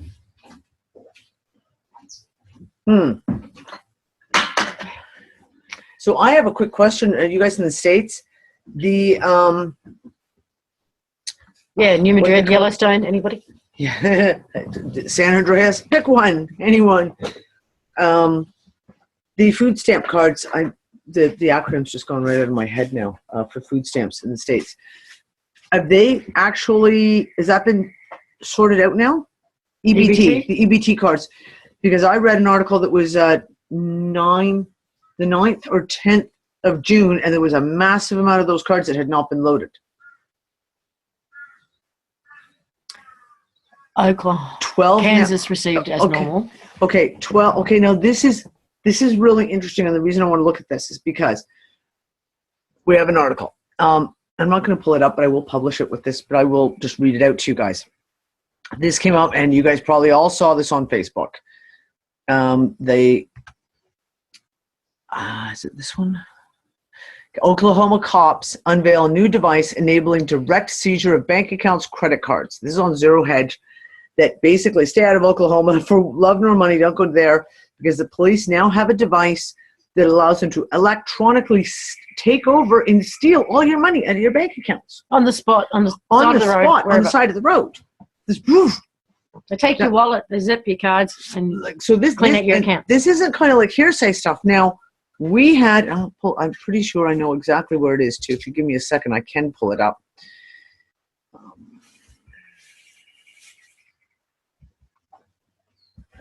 There it is, right there. Okay, guys, this was a letter. You guys will remember this in the Unfuckers room. This was a letter that was posted by one of the ladies in the Unfuckers room back in, was it April? It was in April. Due to the state of Oklahoma's 2 revenue failures, the Department of Human Services is experiencing budget shortfalls for the current fiscal year through to June 30th, 2016. Because of the shortfall, we have made the difficult decision to postpone all state supplemental payments until July 1st, 2016. This means that the SSP payments you would have received in the months of April, May, and June are being held, and the money will be posted to your MasterCard or deposited to your bank account on July 1st. And when I saw this, I was like, oh, this is major, because we know that a lot of these states are going bankrupt. Wasn't there also a bank the other day that no one can get money out for like 5 days? Deutsche Bank in New York City, no one can get money out of the bank machines for 5 days. They said they'd be back online on Monday. Glitches, that's right. They were saying, oh, we have these glitches. Pardon us, in our computer glitches on every... Kira, hey, Ham, go inside. Just turn around and go to the room. Ham, sorry, the kookaburra. Kira just walked out with some peanut butter toast, and the kookaburra immediately tried to come and steal it from her, because he's a jackass. That way. The banking glitches have been ongoing, and I've been hypothesizing about this for 6 months, that they're doing the game of borrowing from one account to another account to be able to try and make payments on various things. So you do the money shuffle. When you have a massive amount of EBT cards not getting funded, we have to remember that each municipality and each state is its own corporation. We all like to think federal, but at the United States of America, but each municipality, each county, each state is its own corporation. So because everyone in Kansas got their EBT cards, basically just means that Kansas is more solvent than perhaps Oklahoma is. But when I saw Oklahoma police now being able to pull money right out of your accounts, we had warnings in Canada a couple of years ago, don't travel through Detroit, because police were stopping people on the side of the road and taking their money. That was by the Canadian government who put out that warning. Don't go through fucking Detroit. The police will steal your money. Why is this? We know that the whole parking tickets, traffic tickets, all this shit is, they've got a quota. They have to make this money because it's how they're supporting themselves. This is how the corporation is, that corporation of the police department is actually financially supporting itself. At a hefty profit. At a very hefty profit. So if all of a sudden you have Oklahoma piss ass broke, not able to pay all these different things, and now you have the Oklahoma police zapping money out of everyone's accounts? Wait a second. So we're talking massive fiscal failure. It's kind of interesting. End of June, July, August, September. That's the last quarter of 2016 fiscal year. Going to be interesting. Why would they have no money in April, May, June, but they think they're going to have money for the last quarter? Is that why they're raiding everyone's bank accounts to try and build up some money so that they can pay off everyone? Inquiring minds want to know. Well, I don't keep money in the bank. No. Fuck you, PayPal. And Australian immigration. And Australian immigration, fuck you too. I hope one of you politicians is watching this. Fucktards. But we're not going to talk about that. Never mind. There may or may not be a show next week. Unfortunately, we will see what happens. We'll see what happens, guys. We're working. Trying to. So I've gone to like Twitter now. I actually. No, well, maybe this is a good idea. Well, no, my Twitter account. I haven't used my Twitter account in years. As a matter of fact, I forgot I even had one until I typed in to actually make a new Twitter account and use my old email address. And they were like, "There's already one for this email address." Oh, okay, good. I'll use that one. Figuring if you start tweeting messages to these politicians, it's public. I mean, anyone who's. So for those who don't know, Dani and her family's visas were denied. And we're being kicked out. They're being kicked out as of next week. It is the 14th now. Technically, I have to be out by the 21st. The rest of the family has to be out by the 26th, I think, depending, because that's how the visa applications went in. It's all a clusterfuck. We did everything according to their rules. We applied according to their rules, applied for the visa that they told us. Three separate immigration people told us to apply for this specific, because there's like fucking 50 different visas that you can apply for. 3 different immigration guys told us to apply for this one visa, and we were denied. Quiet, dude. And it was $2,000. It was over $2,000 for us to put in the application for the visas, which we don't get back, by the way. And the only way we can ask for a reassessment, they wouldn't even let me talk to a manager. Like, you cannot speak to anyone to say, hey, wait, do you not understand? You told us to apply for this, and now you're telling us that we applied for the wrong visa? Which is basically what it comes down to. They're telling us we applied for the wrong visa. No one to speak to. We have to go to a tribunal, and according to immigration, it's $1,683 per person, which for a family of 6 is like just a little over $10,000, just to have the tribunal hear your story. And there's no guarantee that you win. And if you do win, you only get 50% of that money back. Extortion. It literally is full on extortion. You can't talk to anyone. There's no way to actually physically speak to anyone unless you're going to pay this $1,683 a person.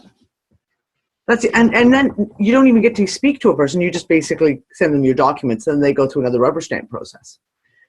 So So if you'd like to do something, there is an article on removing the shackles that Dee wrote about the story, and a list of politicians that she's sent this letter to, and a list of media outlets. And media. And she's had absolutely No zero response. response Not from media or the politicians. anyone.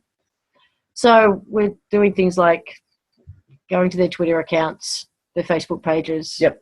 Posting on the Twitter accounts and the Facebook pages. I'll actually add that in at the end of the show. I'll actually add those Twitter and Facebook things to the article so people can... Yeah, the Canadian Embassy apparently Dee's had experience with in the past, and they are useless. I want you to understand something.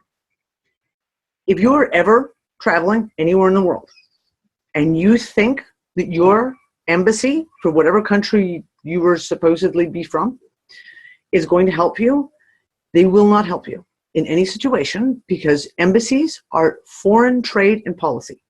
That's all they do. I have been traveling for 25 years. I have had to deal with the Canadian Embassy for emergency situations.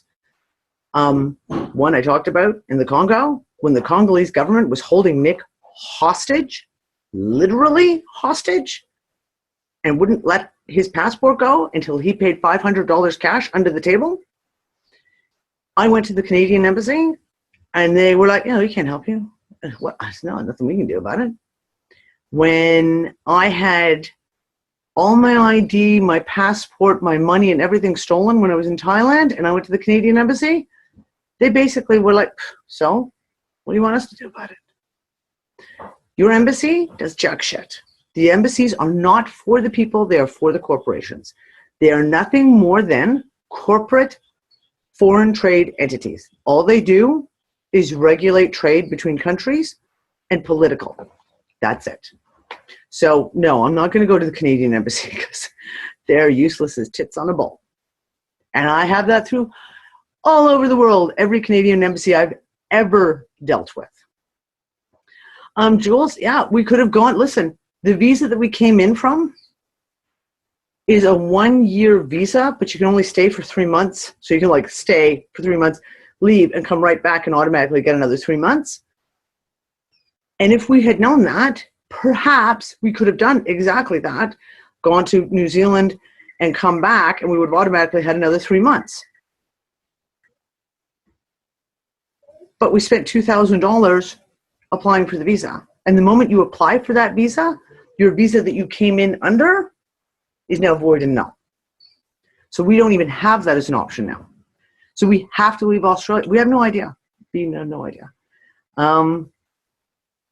There is something on the table that another friend of ours is trying to work through. It puts them back in the EU. Puts us back in the EU again. But this time, Nick would have a job and a work permit and the whole bit, so we wouldn't have to be doing visa jumping. We still have to get there. And the day after I applied for my visa, because I was the first one to put the application in for here in Australia, the very day after, my PayPal was closed down and locked out and put on limitation. And it took me 9 days, 7 phone calls between calling PayPal Australia and calling PayPal Canada. I called PayPal Australia. Oh, by the way, just so you guys know, in Australia, PayPal Australia is actually an American corporation and is run out of the United States. So when they try to tell you we only deal with Australia, no, they're not even in Australia. They're in America. Apparently, they think people are too stupid to notice that all their call center people have American accents. Just saying.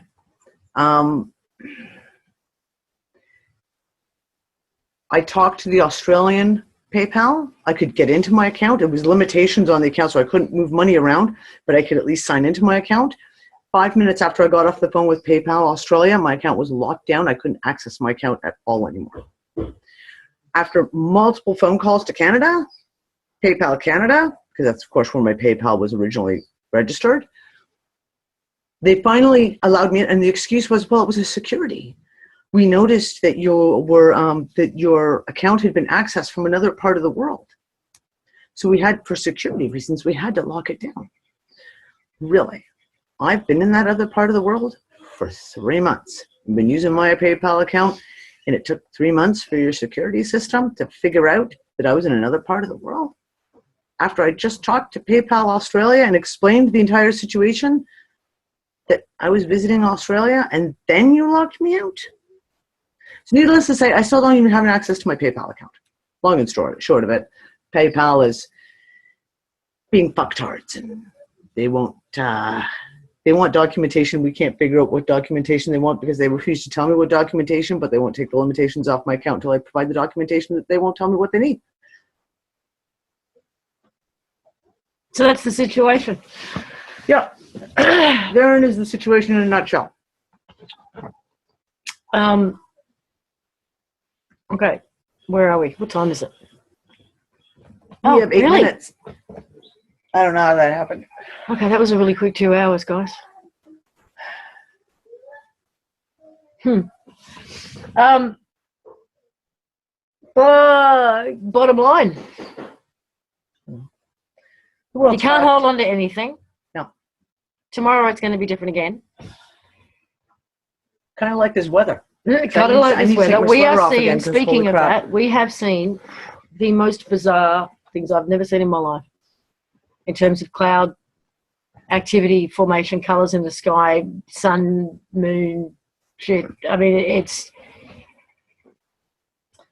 there's winter storms raging all over South America right now. The coldest weather, minus 18 degrees in Brazil. In Brazil.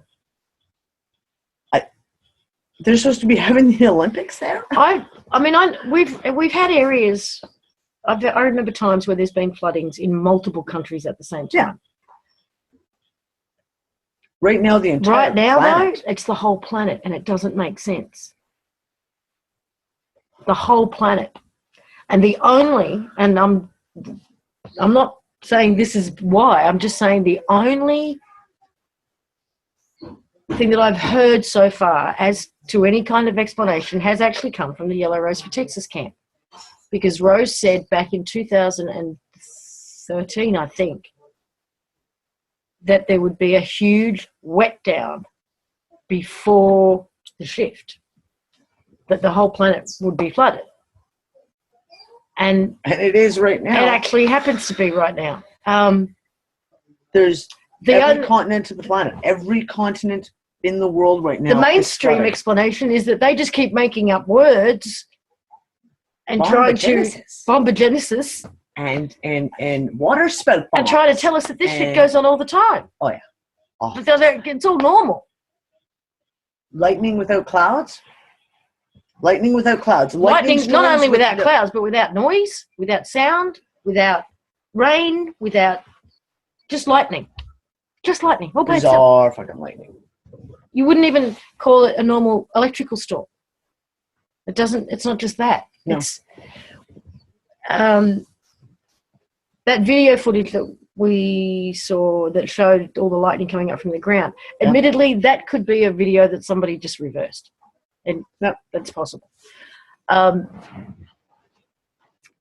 We got the one picture I posted on Facebook that's got the light. There's a rainbow and a lightning strike going sideways. And I know rainbows are supposed to be an optical illusion. I get it. I swear to God, it looks like the lightning is striking the rainbow to the point of there's actually the lightning forks and then a very clear singular dot of like a massive spark inside the rainbow. It's like fucked. Totally fucked. It's bizarre shit. That looked like the rainbow itself was actually a physical glass dome that light was reflecting off. And it was being hit. That's what it looked like. Walternet turned on his machine. Well, I know, Anna. I mean, Texas is just soaked. But it's not just, I mean, it's everywhere. Everywhere. China, Africa, Europe, Asia, Australia, Tasmania got flooded out. Did it? Yeah, to me, it was a week and a half ago. Tasmania got really hit with a really bad storm right after they did cloud seeding to bring some rain. Of course, yes. The government is being questioned as to why there was cloud seeding done. The day before, a forecasted storm. A forecasted storm. It was so bad, it flooded massive areas of Tasmania. Oops. Someone's fired. So we'll see you hopefully next week. That is all up in the air for now. Okay, so we have to talk about that too. CERN I happy forgot dance. about that. Yes. So someone, I will post the video along with this video. I've got the still shots. I don't fucking pull them up right now.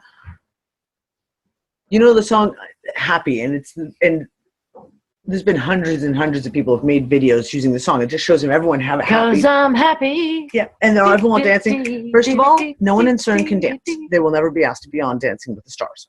Number one.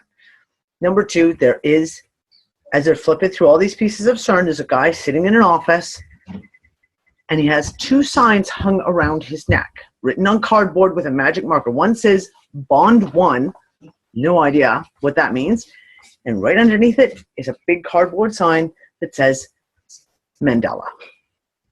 And he's wearing a T-shirt that's covered in mathematical equations. Yeah. So hold on, I will pull up that picture because here, hold on, let me find it first.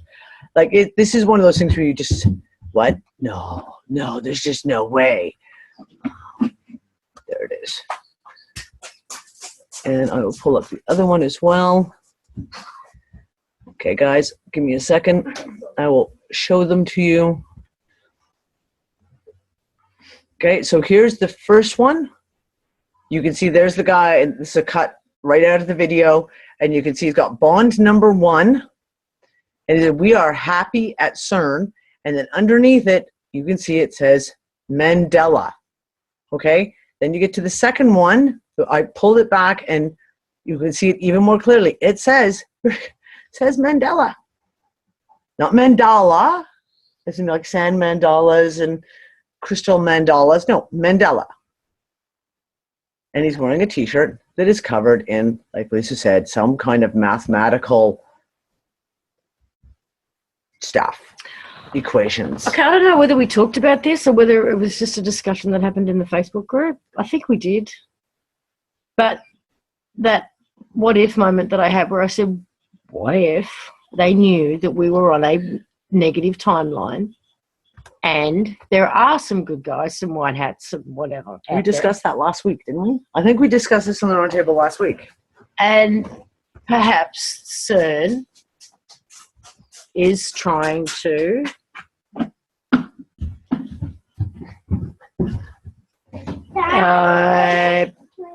pull us into a positive timeline. And why would you have... And then we talked about the Valiant stuff. Yeah. With the oops. We oops. tried to fix something, and we thought we were fixing it, and we made it worse. And now we have to fix it, but it's going to get real bad. I don't know. If we had CERN on our side, that would be refreshing. Oh, too funny. I'm in a place where it's like I've got to consider that absolutely anything is possible, including the complete opposite of what I would think would be possible. Yeah. Okay. Okay, you gotta click the video over here. Not there. Oh, nope. No, what do you do? There. I did. It's okay, Jeff's got it. Thank you, Jeff. I can't do a PC anyway. I know. There was nothing sinister about that old boy. He looked like, he looked like someone's grandfather, and he actually looked like someone who would be sitting around smoking a joint. And there's been a lot of people who've said really starting to go, oh my God, if you times that by that and equal that by, that's what he looks like. Yeah. He doesn't.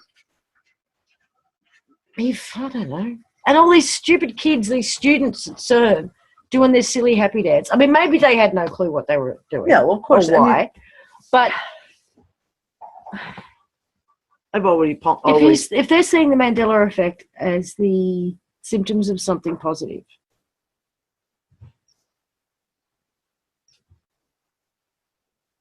I mean, we've seen some weird shit like with the whole Shiva dance and all that crap. I mean, that was... And Switzerland's whole tunnel opening thing, I actually got a chance to look at the full video, and the little clip, the 4-minute clip of that tunnel opening ceremony, it was bad enough. You watch the whole video, they were just unbelievable. Oh, there's a little, I'll add one more little piece to this. Back April 21st, 22nd, 23rd, when I was talking about all the CERN shit. First Bond film was Dr. No. First Bond film. Bond 1. Bond 1. Number 1, Dr. No. Okay, so we need to go look up Dr. No. Yeah. What was that about? I don't remember now. It's been so many years since I've watched a Bond movie. Was Dr. No Peter Sellers? No. Is that one? No, that was... No. So Peter Sellers was not named. That was Strangelove. Yeah. Okay. That was what's his name? Kubrick, wasn't it? Okay, so hold. Like I said about the whole Geneva CERN thing, and because this popped up just right this second, back in that April 21st, 22nd, 23rd, we had Prince die, Queen Elizabeth's birthday, where she was lighting the torches.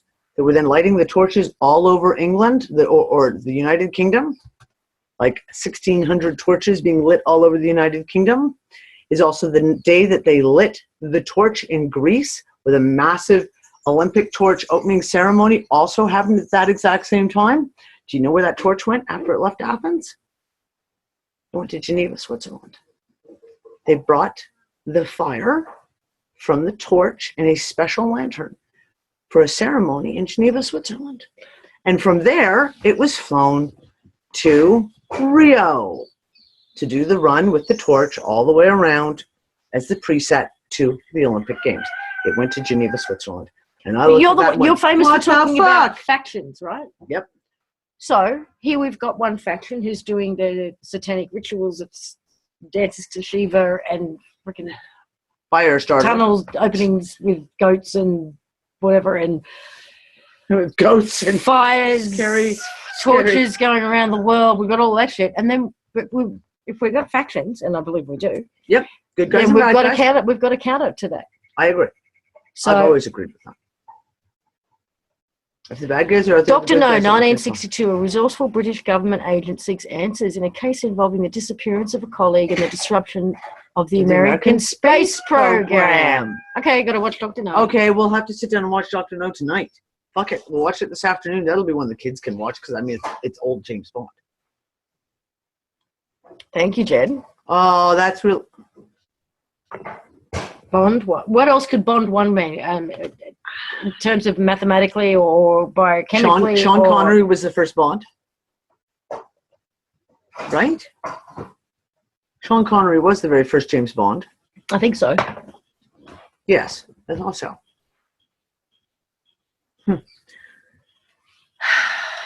Yes, the trail leads him to the underground base of Dr. No. Goes to the underground base of Dr. No. And Ursula Andress was the first Bond girl. The first Bond girl, that's right. No, Roger Moore wasn't the first. It was definitely Sean Connery. He was the campiest, but he wasn't the first. Yeah, he was the camp James Bond. Plotting to disrupt an early American space launch with a radio beam weapon. Okay, we have to go watch. Oh my God. Okay, guys, everyone, your homework, should you choose to accept it, is to go watch the first James Bond movie, Dr. No. And I hope someone's watched it relatively recently. Let's see if there's any Mandela Effect changes in that movie. I mean, seriously, can you get any more stupid than this? There are no words. So why is this old guy sitting there with his happy face on? And he's the only one that you see that's in that situation of in an office. Everyone else is about the only one that's of that age group. Well, maybe no. not. There's the one older lady, but he's the only one that you see that is in an office. I mean, and there's the reams of paper everywhere, fucking hysterical. Actually, it looked like an office I'd run, and that's the only scene that you ever see. That scene of him stands out in the entire video.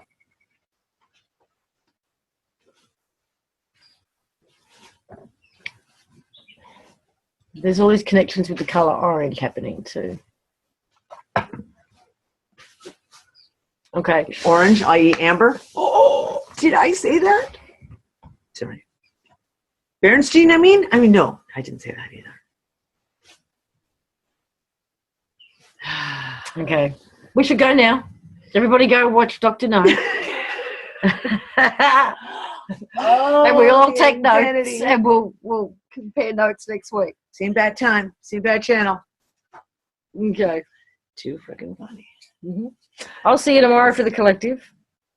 Bye, guys. And hopefully we'll actually get around to a doing. Maybe we can stop talking long enough to actually do something tomorrow. Is there a campfire chat? Yes, there is. I didn't know. I didn't see the messages. If there's a campfire chat, guys, after the show. Sheila, are you there? There you go. Yes, there we go. There's a campfire chat after this. Okay. Bye, everyone. Bye for now. Bye, guys.